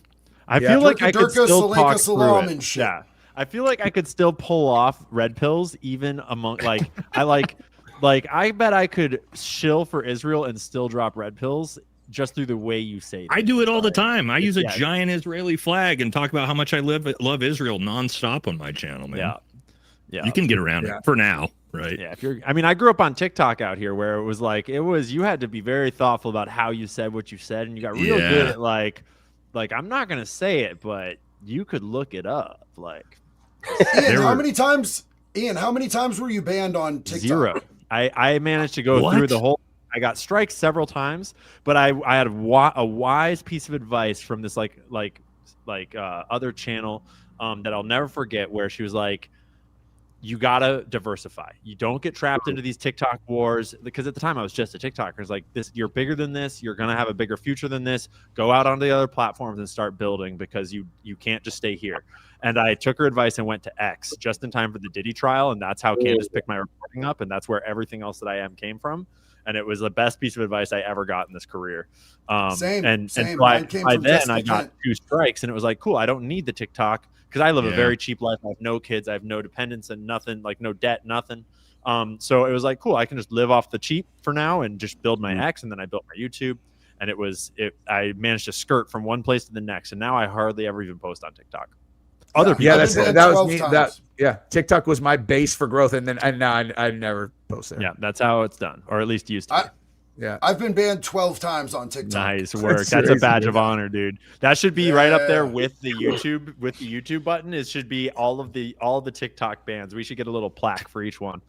I got banned once, but then they unbanned me on the same account. I've been demonetized for years. I just don't care. Like, they banned me because, do you guys remember when Conor McGregor posted that video on his Instagram story where you could tell his wife was giving him head, but you can't see it, but you knew, So I put that on TikTok, and I was like, this is in the running for the worst sex tape of all time, along with fucking Kim Kardashian's Ray J video. That was a fucking joke. And they banned me. I was like, because you said the word sex tape, because they've got fucking porn all over TikTok. That's what TikTok is like built its whole fucking platform on, is just like degenerate like porn culture, with like underage people too. It's fucked up, right? Ugh. Like, they don't actually care about that kind of degeneracy. I bet it's because you said the words sex tape, and they have AI bots that scrape through everything, and they identify your words with AI. What about this? I was on a live on TikTok. They shut me down for a week. Somebody told me, they just randomly told me they weren't feeling good. And I said, well, I'm not a doctor. You should go see a doctor. And they hit me for bullying. What? Dude, I got hit for bullying for posting a 9/11 memorial video that was like a really like heartfelt memorial video with music that I had made with like scenes of people, not from 9/11, like from movies that like was vibey about like life matters, every moment matters, cherish your family, cherish everything. And the reason they gave me for taking the video down was bullying. Wow. Do you think we could get back to 9/12 without a huge tragedy? Do you think there's any way to get back to 9/12 without a huge tragedy? No, and this is why I'll say why. That's what COVID should have been. Yep. But it wasn't. Yep. COVID showed us that those days are dead. Yep. What he means by 9/12 is the patriotism we saw after 9/11. Mm-hmm. Yep. No, those days are gone, in my opinion. Yeah, that sucks. I was surprised. Also, wait. Here's another one: Charlie Kirk's assassination. That's what I was just going to bring up. Did it bring left and right together, or did people celebrate it? Yeah. And I'll tell you this: if the exact same 9/11 happened tomorrow, do you know how many people would be celebrating that on TikTok, on X? Yep. You know what would bring us back together is if Trump was secretly running the Q play and he fucking was actually taking Israel down, and then he like arrested all the pedophiles, and then he kicked Israeli influence out. That would actually do it. But the Democrats would root for the PDF files, dude. Like, but Trump could say water's good, and they would never drink water again and die. But here's the thing: who does he start the conversation with? He can't trust anybody to start that conversation. No. Yeah, that's true. There's too many people around him that one fucking word like that about Israel, nope, he's gone. Yeah. Trump's not going to be the guy. Here's my hopes, and let me know what you guys think. I think 2026 is going to be so massively pivotal. If 2026 is a massive rebuke from the left and the right on AIPAC candidates, 2028 election will look very, very different than if there's not. And I think that's what we need to see, in my opinion. Bingo. And personally, I'll just say it here, and I'm going to say it a million times into 2026. I will not ever again vote for any candidate that has taken dollars from AIPAC or the Israel lobby. Never going to happen. Not going to do it. And I would encourage other people to consider doing the same thing, because that kind of thing will make a change. Boycotting works, and that's why it's illegal in like over 30 states. You can't boycott a different nation in over 30 states. Well, you guys are you guys are twice as smart as me, so I'm just gonna let you guys tell me who to vote for, and I'll fucking do it. And he'll- In a lot of cases, it'll be no one, but Yeah, most likely send them that'll be what it is. it'll send. That's my honest concern though, is the way that they use the lawfare against Trump, in the lead up to 2024, those couple of years, and then now Trump is now doing the kind of reverse vengeance thing. Is I saw all this, and as soon as they started doing it on Trump, I was like, that's a wrap, because what's going to happen now? They broke the seal on this. Trump's going to do it back if he gets back in power. Now, as soon as they're back in power, they're going to do it back. Yes. And they, and so They're going to do it way harder. Yeah, they're going to do it way harder. And the common sense, outcome is no one with money and a brain is going to do politics, because like my number one priority is not going to fucking jail because I have a wife and 3 daughters. And so like, there's no, like, I love America, but if I'm risking going to prison when I haven't done anything wrong because they use the law against me, I'm not taking that fucking risk, man. Yep. So, real question, if you could go back in time and stop one event, would it be 9/11, Harambe being killed, or Charlie Kirk Harambe being killed's an assassination? interesting one. I think that was a pivotal moment. And there's a lot of discussion in the moment of Harambe, and that's actually what started the downward spiral of America. Yeah, I don't know if stopping 9/11 would actually do it, because in some ways 9/11 unfortunately led to people waking up, and everything was already controlled before 9/11, so I would choose Harambe. Yeah, I think it's a good one. Yeah. So Michelle says, thank you so much testosterone. We need Candace on the panel to balance you 5 out. LOL. Thanks for all that you do. I tried to sneak a girl on behind the scenes over here. Tried to get Wellesley's to come on, but she's like, nah, dude, fuck those guys. I hate dubs. Oh, damn. She said the exact opposite, dude. Exact opposite. Yeah, get Candace on this panel, Ian. Oh, I wouldn't. That she would have been in my square. I already know. That would I go think I got to watch her hard. episode today. Candace I'm can curious take to my see what fucking she did square on my tonight. own channel, dude. Yeah. DC says, do we agree that Israel's not our friend and never had? I think we probably answered. Hold on. I'm still blown away, guys, and I see this all the time. I just watched Brandon Tatum talk about Israel is our greatest ally. I just keep getting confused because, like, the word ally means something. It means you have an actual formal contracted alliance with another foreign government. And what we have never had ever, the United States has never had a formal contracted alliance with the state or government of Israel. Is that So real? I- Is that true? You guys don't know this? No, dude. I don't. They are not know our that. ally. And when I say this all the time, Israel is not our ally, not because it's my opinion, because it's objectively true. Whoa, Which is also why when we went and fought the global war on terror in Iraq and Afghanistan, and Germany and Canada and Australia, and you could go down the list, Romania, Saudi Arabia, Turkey, the Kurds, everyone came and fought. The Kurds don't even have a state. The one country that didn't, the Czechoslovakians, right? Like everyone was there. The one country that wasn't there because they weren't our ally. They weren't in NATO. They had no responsibility to come and assist the 20-year global war on terror because they're not our ally. So yes, guys, for everybody in the chat and everybody who's watching this, the United States is not allied with Israel. We are not allies. You're talking 2001. This is what, like, no, ever. I remember that. But like the, wow. Yeah, I remember that. Never been allies with Israel ever. Yeah. So I remember that being. I can't believe I brought up. didn't really know that. Google I it. didn't know that either. Look, I remember that being brought up. Why wasn't Israel involved? And I remember the excuse being it would inflame all the other Muslim nations to have Israel involved. I remember hearing that. So I don't know how true that is, but. Oh wait, I lost my. Yup, it is. Is it true, Ian? Yup. So, did y'all know that? There is no That's mutual the security fact- pact that legally obligates each country to defend the other. Wow, dude. Wow, When everybody do you guys goes, do the wow, section of the that's show when crazy. Nate and Valhalla So give now- death threats? So now, when you know that, doesn't that make everything even worse? Oh yeah. Yo, Nate, Yeah. Nate, look at dude's profile picture. You know this dude. It's Stolen Valor guy. Yeah. When you get a section where Nate Valhalla gives death threats, JD Delay. No, I said I would whip your ass if nobody was in there. I didn't threaten to kill you because you commit Stolen Valor, dude. And I would. Wait, who? You come to my Who house, did? dude. I'll give you my address if you want to come show up by yourself, homie. Keep it moving. Yeah. Okay. That Okay, sounds so let's do this one. terrible, Nate. That was so terrible of you to say. Oh my gosh. A little bit of reference here. I think that I dude- believe what I said is I would take that jacket off your fucking back if nobody was watching right now. I think that's what I actually said. Because that dude is an Antifa member who's been out there he's an claiming Antifa, to be a veteran. He's Yep. not a veteran. Nate dissected him, verbally, of course, We asking exposed him him. questions. He got completely exposed by Nate and Chad, and then he ran to the police and said, that big veteran guy scared me. You mean the police and that got- we're supposed to defund? Those ones? Yeah. He had all sorts of sand in his eye. who rolled their eyes at it, by the way, and moved on. But yeah. Yeah. This says Jesse's brainwashed by Trump, the opposite of America first. I'll tell you what, dude. If you can produce a single clip of me that sounds like I'm prioritizing another country in front of the United States, I will cut you a check for $2,000 in front of everybody. Everybody, find it. Good luck.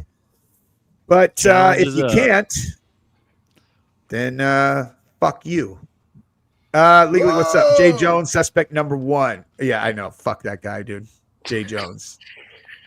This one is us. Whoa, that's a very generous super chat to somebody. Yeah. You guys know who this is? Hey, It's let's not my guy. dude. I don't know. I'm What's up running for Lieutenant Governor of race in my Texas. Bio. Yeah, I there you help go. uncover Act Blue. Isala Wushner. Looking me up right Oh. now, bud. Good luck. Ew. Listen, dude, I just got so tripped out seeing Ian on Dave's live and switching on here and seeing him. Yeah, Clint Russell was airing. He was premiering a conversation that I did with Dave Smith and Clint Russell, and it was premiering on his channel. And I had forgotten, and I was like rolling in there, missing Candace watching that because it was spicy and contentious, and we talked about all kinds of shit. And then I'm like, well, I got to go over here, but that one was still live for at least an hour while we were going. I'm everywhere, dog. You I'm are everywhere, man. I'm everywhere. I was on. Oh wait, hang on. There we go. Feel like I'm looking at a private contractor group. I like it. Group of dangerous men. Actually, kind of, yeah. Dangerously stupid. Just kidding. Look, if you need your living room remodeled, we are contractors, brother. That's true.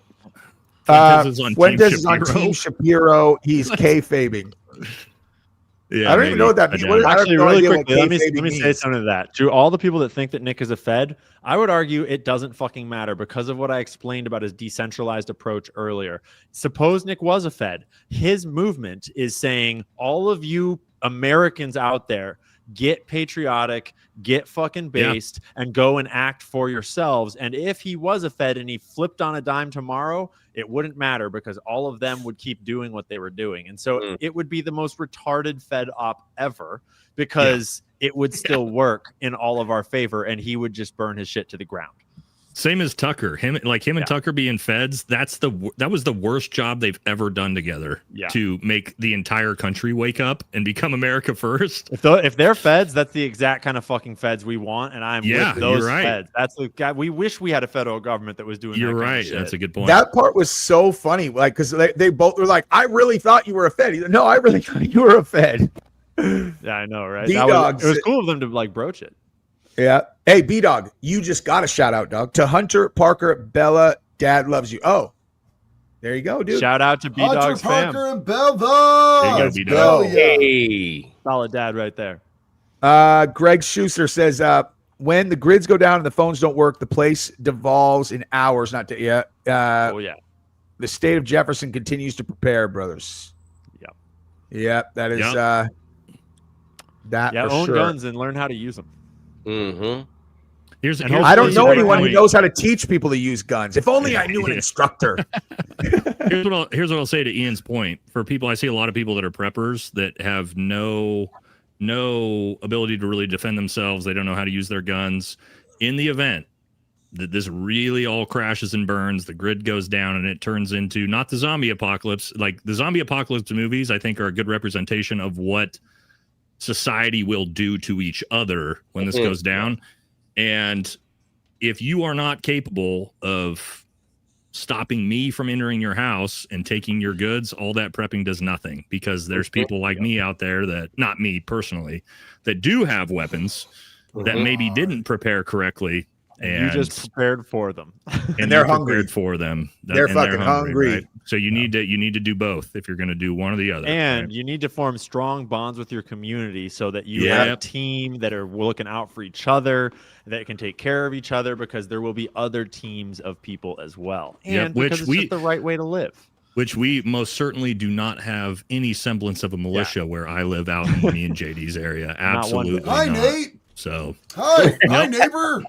I tried to give my boy who owns a ranch out here $100K as an insurance policy against the apocalypse. He's like, you think that you wouldn't be at our ranch with your family anyway? I was like, I mean, dude, I'll give you the $100K. Is like how like the billionaires have those chips for their like little like whatever they're.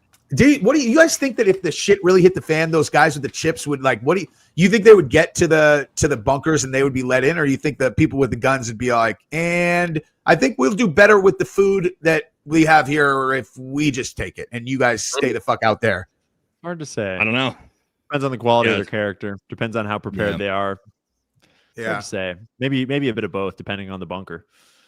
I know there's a lot of Silicon Valley billionaires who have these bunker places in Montana that but they're like theirs, like Tim Draper. I know he has fucking massive one. But it seems very like if you have real money and you don't have one of those, it seems incredibly short-sighted to me. Look, millionaires and billionaires make great meat, and I don't think they can fight back. Just saying. Yeah, well, you don't Nice need to fight contender. back when you're Mark Zuckerberg and you've got a $150 million bunker underground in Hawaii. So Yep. some of them are preparing. Speaking of that, okay. I don't want to forget this. Mama Rosa says, do you guys think that the government will reopen, or do you think we're about to see the U.S. fall and turn into a dystopian Good Hunger Games question. scenario? It's The not only a thing I'll say about that 0% is I think that the fact that it's It's shut above down zero. it just demonstrates how the entire political game is so dirty. Like the Democrats, they are like, oh yeah, we care about this, but they will go shut the country down. It's on Trump. Fuck it. They don't care. Like it's just like it's all and the same thing in reverse. It's just political games at the expense of the other side. It's exactly what it is, because people are you listen to Republicans, and again, I think the Democrats are absolutely wrong for what they're doing, but they go, oh, well, Democrats could vote to open. Yeah, Republicans, you could also just agree to extend Obamacare tax credits to 20 million Americans, and then Democrats will immediately vote yes. Is so that all? both That's sides, all they're asking for? That's all they're asking for. Yep. So both sides very clearly could come to the center on this, but they're not going to. You know why? They both think it's an advantage right now. Although I think Republicans are learning real quick based off of the elections that just happened. And Fox, and I like to look at Fox News polls when I look at Fox News did a poll and it showed 45% of Americans blame Republicans and 31% Democrats and like 18% undecided. But my point with that is I like that Fox News poll because that is going to skew towards typically what you expect is Fox News polls, and they're going to say it's the Democrats' fault. So if Fox News is telling you that Americans think it's Republicans' fault, that's bad news for Republicans. And we saw it in the elections. I don't think a single Republican won across the entire country in this last election cycle. They got absolutely JD Vance's brother. Did you guys see that? No. He lost like by like 60 points in his election. It was like 17-83. Wow. Absolutely dunstered. Wild. On my wife and I's channel earlier, we were talking about how the reason that communism keeps on coming up and rearing its head is because they've done studies on human motivation, and that if you give people who are at a lower class level the option of making their own lives better, but it's also going to improve the situations of the wealthy, or they can stay the same but they will bring down the the quality of life for the wealthy. That's the more. Like the resentment is the bigger motivator for people to go out and actually vote. And I think that is a very simple way to understand that, like, as much as Trump is an agitator and sometimes it's funny or whatever, and it's like when you win, it's like he is like they are going to be passionately voting in the opposite direction unless they see some direct benefit to themselves. Yeah, I think. Yep. Unfortunately, negative emotions tend to motivate more strongly than positive ones, which is why all the advertising, all the media. But here's what is I'd always say: that way. if you pull up 2010 net worth of Jeff Bezos, Elon Musk, and Mark Zuckerberg, and then run it against 2025. Oh, yeah. It's like just saw 100. today. It's like 100x. Yeah. And so when you look at those numbers, you start to understand a little bit better that like I used to be like somebody exact 10 years ago that would tell you like, oh, this whole like what was the Wall Street thing? The 99% rallies, right? Like this is fucking dumb. Occupy Wall Street. Occupy Wall Street, dumb, and like, yeah, billionaires, but they're providing to, the economy, trickle down, all this shit. But like, that's not what we've seen in the last 10 years. What we've seen in the last 10 years is this literally, and I think Ian, you showed the chart, right? Yeah. Of this just like straight ramp up for billionaires Wealth compared to like getting crazy. No one else is going up and they're going up 100x. So yeah, and Occupy Wall Street pissed. was the start of the culture wars, because Occupy Wall Street was a populist movement of all the peasants getting together and being like, you know what it is? It's these fucking bankers and these ultra uber wealthy. They're the issue. We all need to unite. And then what does the country do? What does the governments do, rather? They're like, let's make them all fight each other over race and sex and gender and all these other things, right? And that was the start. That's where if you look at the Google search trends of all of these things, it's like, boom, that's where they started the culture war. That's where they divide. Makes perfect sense. So why are people pissed? You should be pissed. I'm pissed. Like young people are pissed. This is why the reason why America First, the reason why Nick Fuentes and Zohran Mamdani are so fucking popular is because young people can't fucking afford to live, even like they can't afford rent in New York. They can't afford to not live with their parents. The labor market's never buy a house 20 fucking years. There's no jobs available. Yeah. So yes, people are fucking pissed. Young people, and they should be pissed. You think young people are about to go buy like 25 years old are about to go buy a house?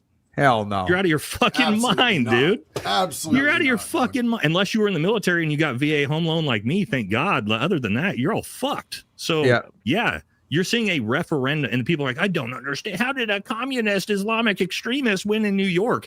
You don't fucking get it?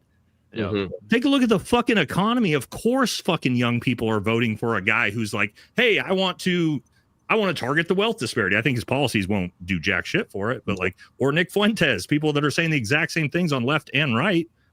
Duh. Of course, people are fucking furious, and they should be. Look at it. Like Ian did a whole huge series on this. You guys should. I highly encourage you go watch it. I watched it all. 4 hours. I watched it all. I watched all 4 hours of it. Go watch that if you want to see what's really going on in the economy and what's really going on with the wealth disparity. Go watch Ian's investigation on that, and it'll blow your fucking mind. It's late stage capitalism. Like it's like capital. When you get to late, I mean, like think about it like this. It's like I've been broke and I've had money, and there's no comparison if your goal is to make money. Like if you have money, it's easy to make money. If you have none, it's impossible to make money. It's like just look at the real estate market. Like right now, home prices are way down, right? And it's because it's so it's not affordable to be able to take a mortgage and afford the payments because interest rates are so high. So the prices go down. Okay, well, every other time that's been the case, in my life, I would just look and go, "Fuck, that's fucked up." Okay, well, if you have cash, now you just go buy everything. It's like shit's down, you just go buy it all, and then as rates come down, who's got the cash and who's buying it all? People private equity. Yeah, exactly. People that collected it all the last cycle. Yeah, and then they cycle it all up. They collect all the assets. Well, we're all holding on to paychecks of cash. They print a bunch of money, deflate your fucking cash, take all their new money, buy a bunch more assets, inflate all the fucking cycle. Yeah. Yeah, the way, like, I remember the first time I really started to wrap my head around how fucked the entire system was when I watched Zeitgeist. Do you remember Zeitgeist? Yeah, that was my same thing, dude. I was like a little kid at the time, and I was probably a teenager or something, but I was like, oh, you were a little kid, dude? What are you trying to say, dog? No, I still remember it. I did not get fully based until many years later, but that was the seed that planted. Yeah, that landed heavy. I can visualize it exactly where it has the money thing going like this, and I could hear this, and it was like that's when I learned how the fractional banking system worked. And I was like, no fucking way. Then you go look it up, and everything he says is completely accurate. And you're like the thing that'll land the heaviest is what money actually is debt. That's all it is. If every person who has a debt paid off every debt, there would be not $1 in circulation. Bankruptcy is built into the system, like because all the money is lent out by the banks And then they add interest. And it's like, okay, well, so how are you supposed to pay the interest? It's like, you can't. There's never enough money to pay back the debt that exists. It's a game to keep people going, running around trying to get the money to pay back the interest. It's just a very complicated and brilliant way to motivate people into running around and working in a game that they can't fucking win. It's unwinnable. Well, and Ian said this in his show about this. Ian, you said this. It's designed to be the most complicated fucking mess on the planet. Yep. So that only the super educated finance conglomerates that can fucking actually understand all this can get the benefit out of it. Same with regular the legal Americans. system. It's too complicated for regular Americans to really benefit off of it. They talk about that in The Zeitgeist legal also. system and the monetary system, so that way the lawyers and the bankers have a monopoly on what really rules the world, and all the peasants just get trampled on all over the place. Yeah. Well, they The say, Federal Reserve and learn about the Federal Reserve. they say that homes are actually built for the banks because most people can't pay them off. Yep. So they're really built for the banks. Banks, the BlackRocks, Oh, yeah. the Blackstones, private You want to equity. know what I learned recently for anybody watching this that's thinking about buying a home at some point is, so I always thought, like, I'd never financed a home with anything other than a 30-year loan.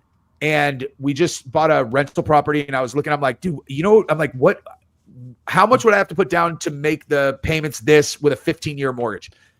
And I looked, we looked at it and I'm like, how is a 15-year mortgage only $300 more than the 30-year? The And interest the reason is there. The usury. is because first of all, the rate's a little bit lower, but the real reason is because 30-year mortgages front load all of the interest. Like I always know that there's an amortization schedule and it's higher at the beginning, but I had no fucking idea how much it was front loaded.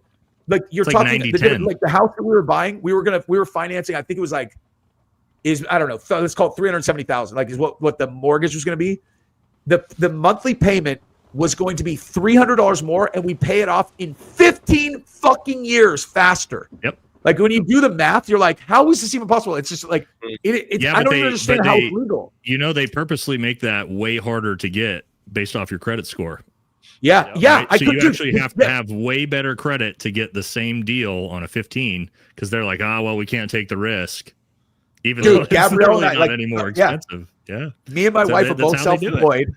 Yeah, we're both self-employed. Without whatever, like plenty. We have plenty coming in. Credit's fine, but because we didn't have W-2'd money that we would qualify on, we couldn't get a 15-year mortgage. They're like, no, because we have to use bank statements. Like you can't get a 15-year. We're like, yep. What the fuck? Like, it's unbelievable, dude. It's the game's fixed.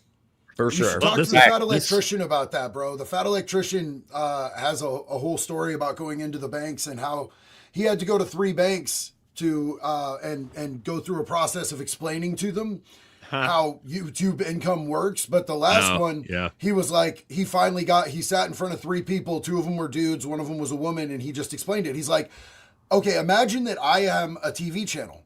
I make shows, advertisers pay me for advertising. That's literally all it is. And the 2 guys were like, I get it. I understand. No problem. And the girl's like, hold on. Explain that again. And the guys were like, don't worry about it. We got you, bro. Yeah. Not beating any stereotypes. I guess it's getting the right verbiage in front of the right people who can understand when you go to the bank and have to see them about it. All they need As to long do as you is got watch 2 one of his years. videos, and they'd be like, "Oh yeah, this motherfucker's making money because he fucking rocks, dude." Fat electrician. That's what it is, dude. I love that That's guy. my This guy's dog, not bro. going I nowhere, love dude. it. He'll always be able to So pay. good. Yeah. It's so good, dude. Yeah. Nick is okay, I'm gonna awesome. pick one of these. He's become one of my closest friends. I love Total Nick, legend. Yeah, Nick's the man. Why don't you guys take this thing? G said, what's better for America? DEL or MRP? Or DEI or MRP? DEI, diversity, equity, and inclusion, or MRP, meat riding puppets for Trump? What's better? Can I say neither? Like, bro, No, I you gotta- keep you getting gotta pick What's spammed. one. better? Israel, Yeah, God's chosen people. Oh, yes, yes. The Algorithm. desert Pump the nation algorithm, is boys. better. The Bible says. Israel is the best, and both of those are subservient to it, and so Facts. get wrecked. Yes. peasants. All hell. Yeah. I keep getting spammed. This dude over here in my chat keeps spamming F Donald Trump, and I'm like, do you think that's a gotcha for me? Like, do you think I give a fuck, bro? Like, do you want me to chant it with you, homeboy? Like, what makes you think that I joined a cult, bro? Welcome I to our swerved channels. Scientology. You know what I'm saying? I swerved AA. I'm definitely gonna swerve fucking. Well, he meant to type in Benny Johnson, and he ended up on our channel. So that's how he got here.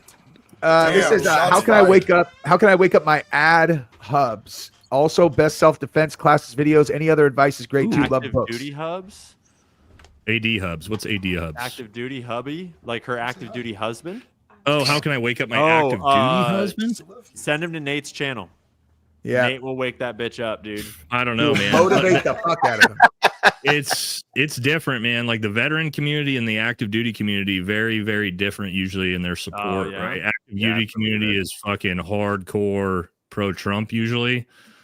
And I get it. When it comes to like rules of engagement, Trump has always been very, very good. And then you get into the veteran community and you're like, you start to be like, hey, why did I go downrange and fucking shoot Muslims in the face for no reason? Right. And you start to like reflect on that. And you're like, oh man, that didn't really seem like I did anything that was any benefit. And then the veteran community typically starts to look at things a little bit different, right? And I mean, I could imagine that being sort of an essential mindset you have to hold, like in order to protect yourself and stay safe out there, is you can't start to question the mission while you're on the mission. Oh right? yeah, like, no, of course not. And when when people are trying to fucking kill you back, right? Like, because that's what war and combat is. You're not really thinking about that type of thing until later on. And I mean, I don't know. I've got tons of veteran buddies with channels that they'll tell you the exact same thing. They feel the same way as I do. But again, the active duty, there's a big split because a lot of people are like, why is so many active duties soldiers support Trump? And it's like, well, that's why. You should make a video about that, dude. If you haven't already. He is a, and again, I talked about it earlier when I was active duty. I mean, Trump was the fucking man and everybody loved him. So there is a little bit of a divide there. So just keep that in mind. Well, it's like when they say anybody that proselytize too. The word proselytize always gets me sexually excited. What's up, Dubs? No, I was just gonna say on what Nate was talking about. It's like they say anybody that's been to war never wants to get back into one. You know what I mean? It's always the guys that aren't involved in shit. They're the ones that are quick to, hey, we need to do this, we need to do that. They're not going nowhere near the fight though. You know, even in prison, it's the same way.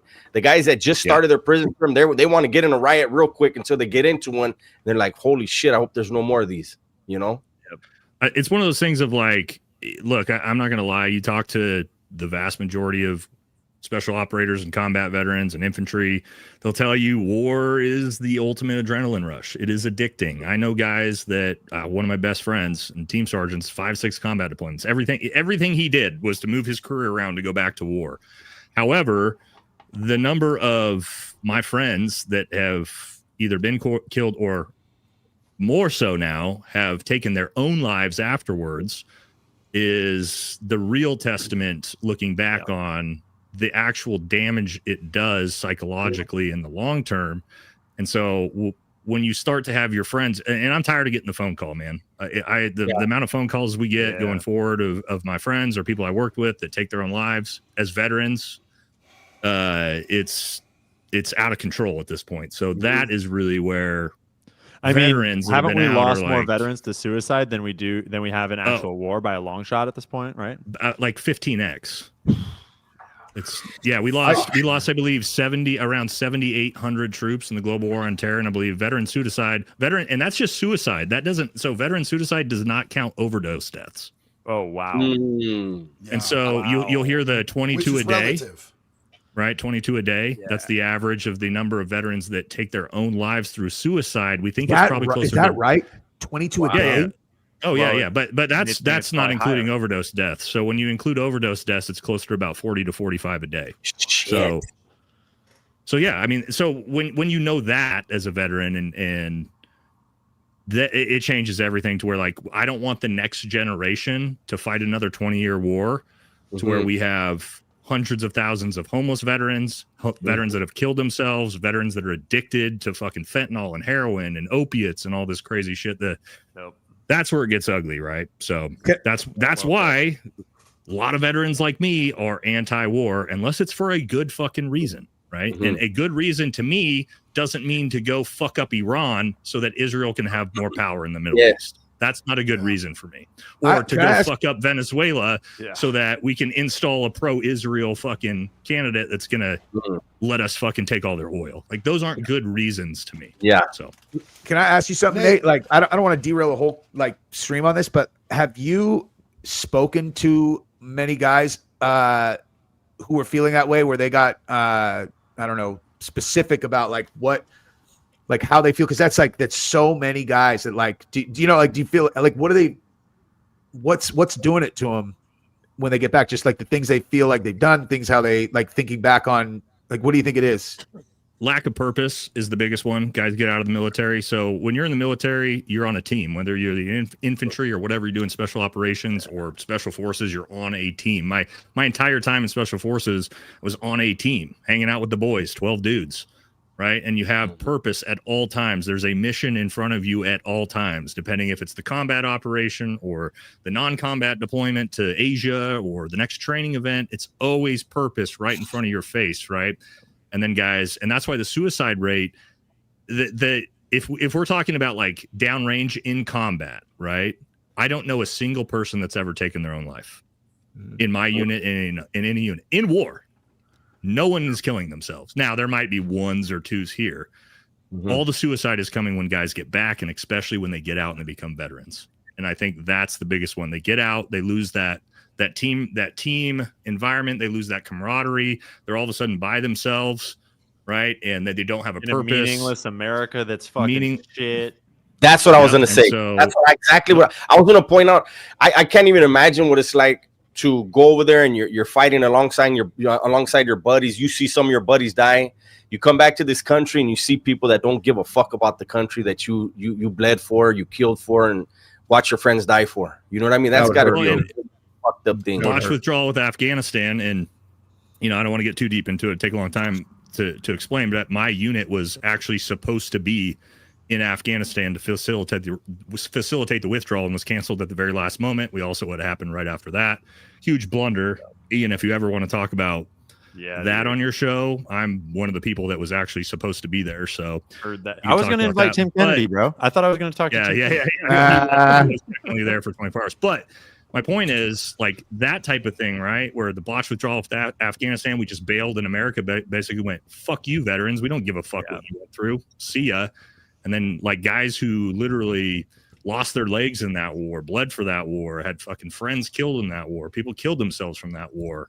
They come back, and then, again, to your point, Dubs, like, what exactly did I just go fight for? Yes. They get home, and like most, and keep in mind the divorce rate's out of control in the military and special operations. It's close to 70-80%.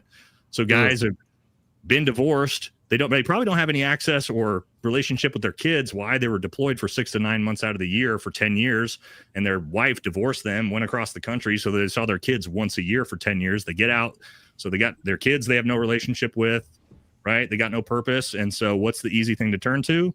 Fucking booze, alcohol, gun in the mouth, dude. It's like so common, and we don't do fucking anything at the end of the day as America to support those people. So that's on my TED talk. Support your local veteran support agencies, groups, nonprofits. Honestly, that makes so much sense. That's not what I was anticipating the answer to me, but it makes way more sense said that way. Because honestly, the other thing is, as a young person growing up in this country, like a lot of young men that didn't go to war are feeling depressed. The suicide rate's out of control for regular American men and women, but mostly men, just because of how meaningless American life feels to regular old dudes here, let alone when you come back from like what male purpose is like bred to be.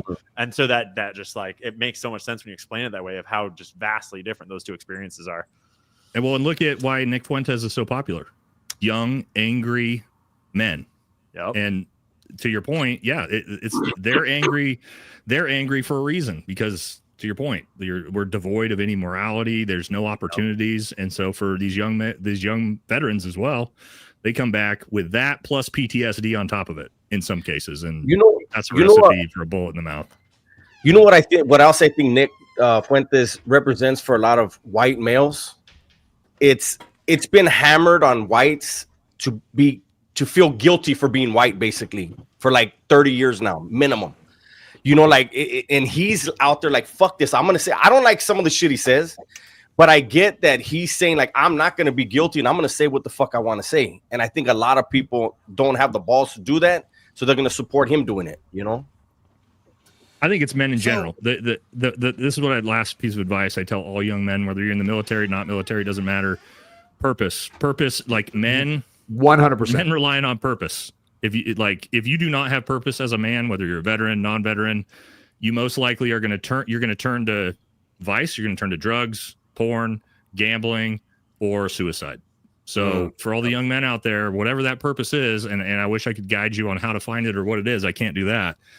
But that for men, that's where it all hinges on is purpose. Yeah. And that's part of my message when I was telling Wes, bro, like in this video where I'm offering to help him, is that he needs to find a purpose because he's trying to stuff this hole inside of himself with materialistic things, with bragging about finances that aren't real, with like escorts that he's paying, all these things. Like if you have a purpose-driven life and it's something just outside of yourself and just monetary shit, you have peace, you have substance. And like, I used to like, if peace used to feel like I was on fire. I thought I misinterpreted peace as boredom until I finally found a purpose. And now I protect my peace at all costs, bro. Mm-hmm.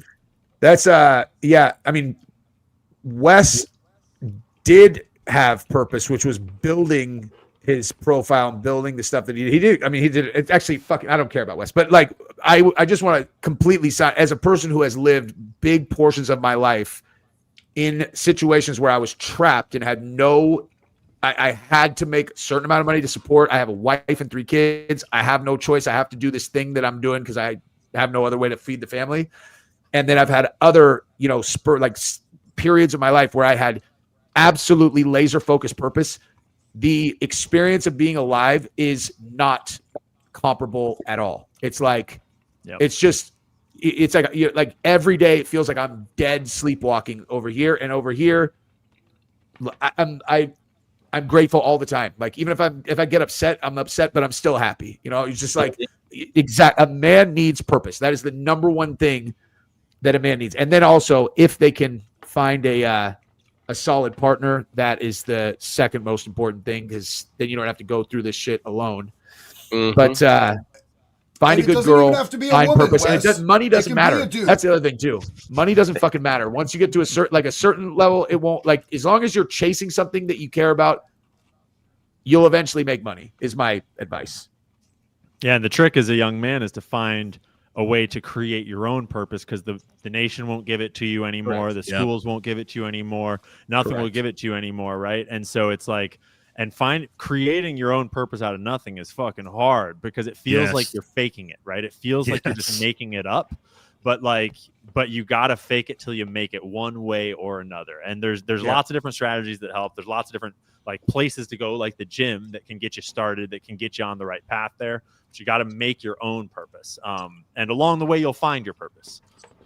That's one of the best things about America, dude, is the ability to create opportunity because you thought of it and the opportunity is there. That's like, people take that kind of shit for granted and they're like, oh, I'm not getting whatever. It's like, dude, you can't do what you can do here in the vast majority of places in the world in terms of that. Yep. Amen. Okay. So previously Trump says, I'm not usually one to proselytize, but in these wild times full of haters and animosity, bear in mind that Jesus Christ loves all unconditionally. That is an incredibly generous super chat, and thank you very much. Yep. Amen. And here, let's go. I'm just gonna laughing. It's you, JD. JD, I sent you DMs on the gram from my business page. I'm local to you, starting to deal with local harassment due to politics on social media and my Google. Know you have dealt with a lot. Take a look. I'd be super grateful. Okay, bro. I'm going to check into it. Is it the same name on Insta as it is here on YouTube? Remember, guys, if you send me DMs somewhere else and you super me, make sure that you let me know if you have the same name because it's hard to find you guys. And this is Miguel. This is my homeboy. I love you, Miguel. Huge love and respect, big dog. Yeah. Hey, JD, he gets you, he gets me, he gets Gunner. Man, that guy, he I was looks gonna out say for I just saw a lot down. of- He's got one for Dubs too. In a Yes, second. he looks out for NY a lot Patriots. Yeah, I'm not sure who this is, but whoa, sorry. Yeah, this is someone. One of your guys'. And probably mine if they're saying no homo. Don't get to catch all the lives all the time, but love and respect all y'all. No homo, homie. We love you, New York Patriot. I hope that you're like New York, like upstate or somewhere besides NYC, homie. I can just tell by your screen name you probably wouldn't be stoked to live in New York City right now. Love you, dog. Hope you're doing good. God bless. Hey, I'll be right back, you guys. Yeah. Yeah. Well, we So, can't read the super chats without him. We can't control them supers. Oh, Sorry, it's we bad. can all Yeah, you pray- guys- we you can guys all wrap out. I'll be praise right back with Israel the super without chats. him. I will quickly say an Israeli prayer for us in Hebrew, just to guard the stream, to protect the stream. Everyone get out your Yes. Kabbalah. Everyone get out your, Yes, I have my Jeffrey Epstein bobblehead. Oh, fuck. Oh, Jeffrey. Oh, So- Jeffrey. I know that we in the title we said that we were going to be talking about Nick Fuentes and his impact on America, and we've gone like all over, and we've kind of like touched it here, touched it there, like Jeff when he's on the island. But what? Oh my god! Sorry, I'm going to stop making Epstein references at some point. As soon as they release the fucking file and we see some people in prison. For real. Anywho, though, oopsie fucksies. What do you guys? Do you guys think that they sort of created the troll in Fuentes by constantly calling him anti-Semitic, by constantly calling him a Nazi when he was speaking out not against the Jewish people, but about the government of Israel? Do you think that's why he says the wild shit that he does? Actually, he was speaking out about the Jewish people too, with a lot of nuance. But he actually does is the that. one that argues for that, like, and he honestly convinced me that the conversation is bigger than that, even though it's a very delicate one. But I used to be of the mindset that it was only the government of Israel, and he did a show on his Rumble, I think last night, where he elucidated it in a pretty cogent way that was not inflammatory, but rather that he pointed out that, like, and Turning Point USA is a great example of this, where it's American Jewish Zionist donors that are Americans that have all this money that are funding the influence operation itself. And that if none of the American Jewish people were funding the influence operation, it actually wouldn't work, because the Israeli money can't access us the same way. The Israeli influence us can't access us quite the same way without the alliance and allegiances of the American Jewish communities as well, that take that allegiance and then use their money to create it. And it's a very touchy and complicated subject, but he is good at elucidating why that is the thing. And you're right that he's been very trolly for a ton of his career, that has in some ways worked against him, but in some ways, created the figure that he is, because I think you're right, because he was silenced, he was ostracized, he was blacklisted, he was like, they tried to kill him in the cradle. Like Ben Shapiro was the original cradle killer of him, and he created him. It's all Ben Shapiro's fault. Ben Shapiro brought this on the mall. It's like, read it and weep, right? At least that's how I know. I know the effects, like, as somebody who grew up playing in punk rock bands, and as a teenager, with dudes with swastikas on their shit, SS bolts on their shit, would show up at the punk rock shows. We would beat the fuck out of them, bro. And so now, for me to have stood on the same fucking rock, to all of a sudden in the last year and a half, people are calling me a white supremacist and a Nazi. Like, I made it through prison selling up with natives and hanging out with everybody that I wanted to and not doing the race thing. All of a sudden now, because I'm on the internet, people feel like they were going to call me a Nazi and a white supremacist and a fascist, and those words just don't mean shit to me anymore.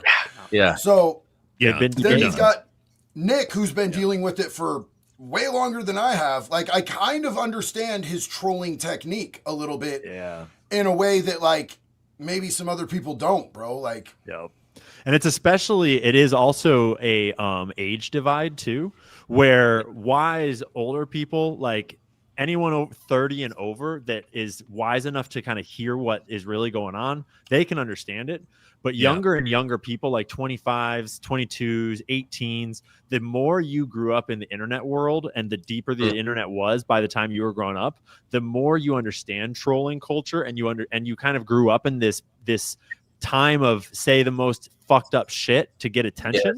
And so it's like you have to hear people from the way that they're speaking, not from the way that you speak. When you're communicating with other people, if you actually are trying to understand what they mean, you can't pretend that they are you, right? And so we have all of these like 70-year-olds that are trying to pretend like Nick Fuentes' words mean what they would mean if they came out of my mouth, and that's not how words work, right? Yeah.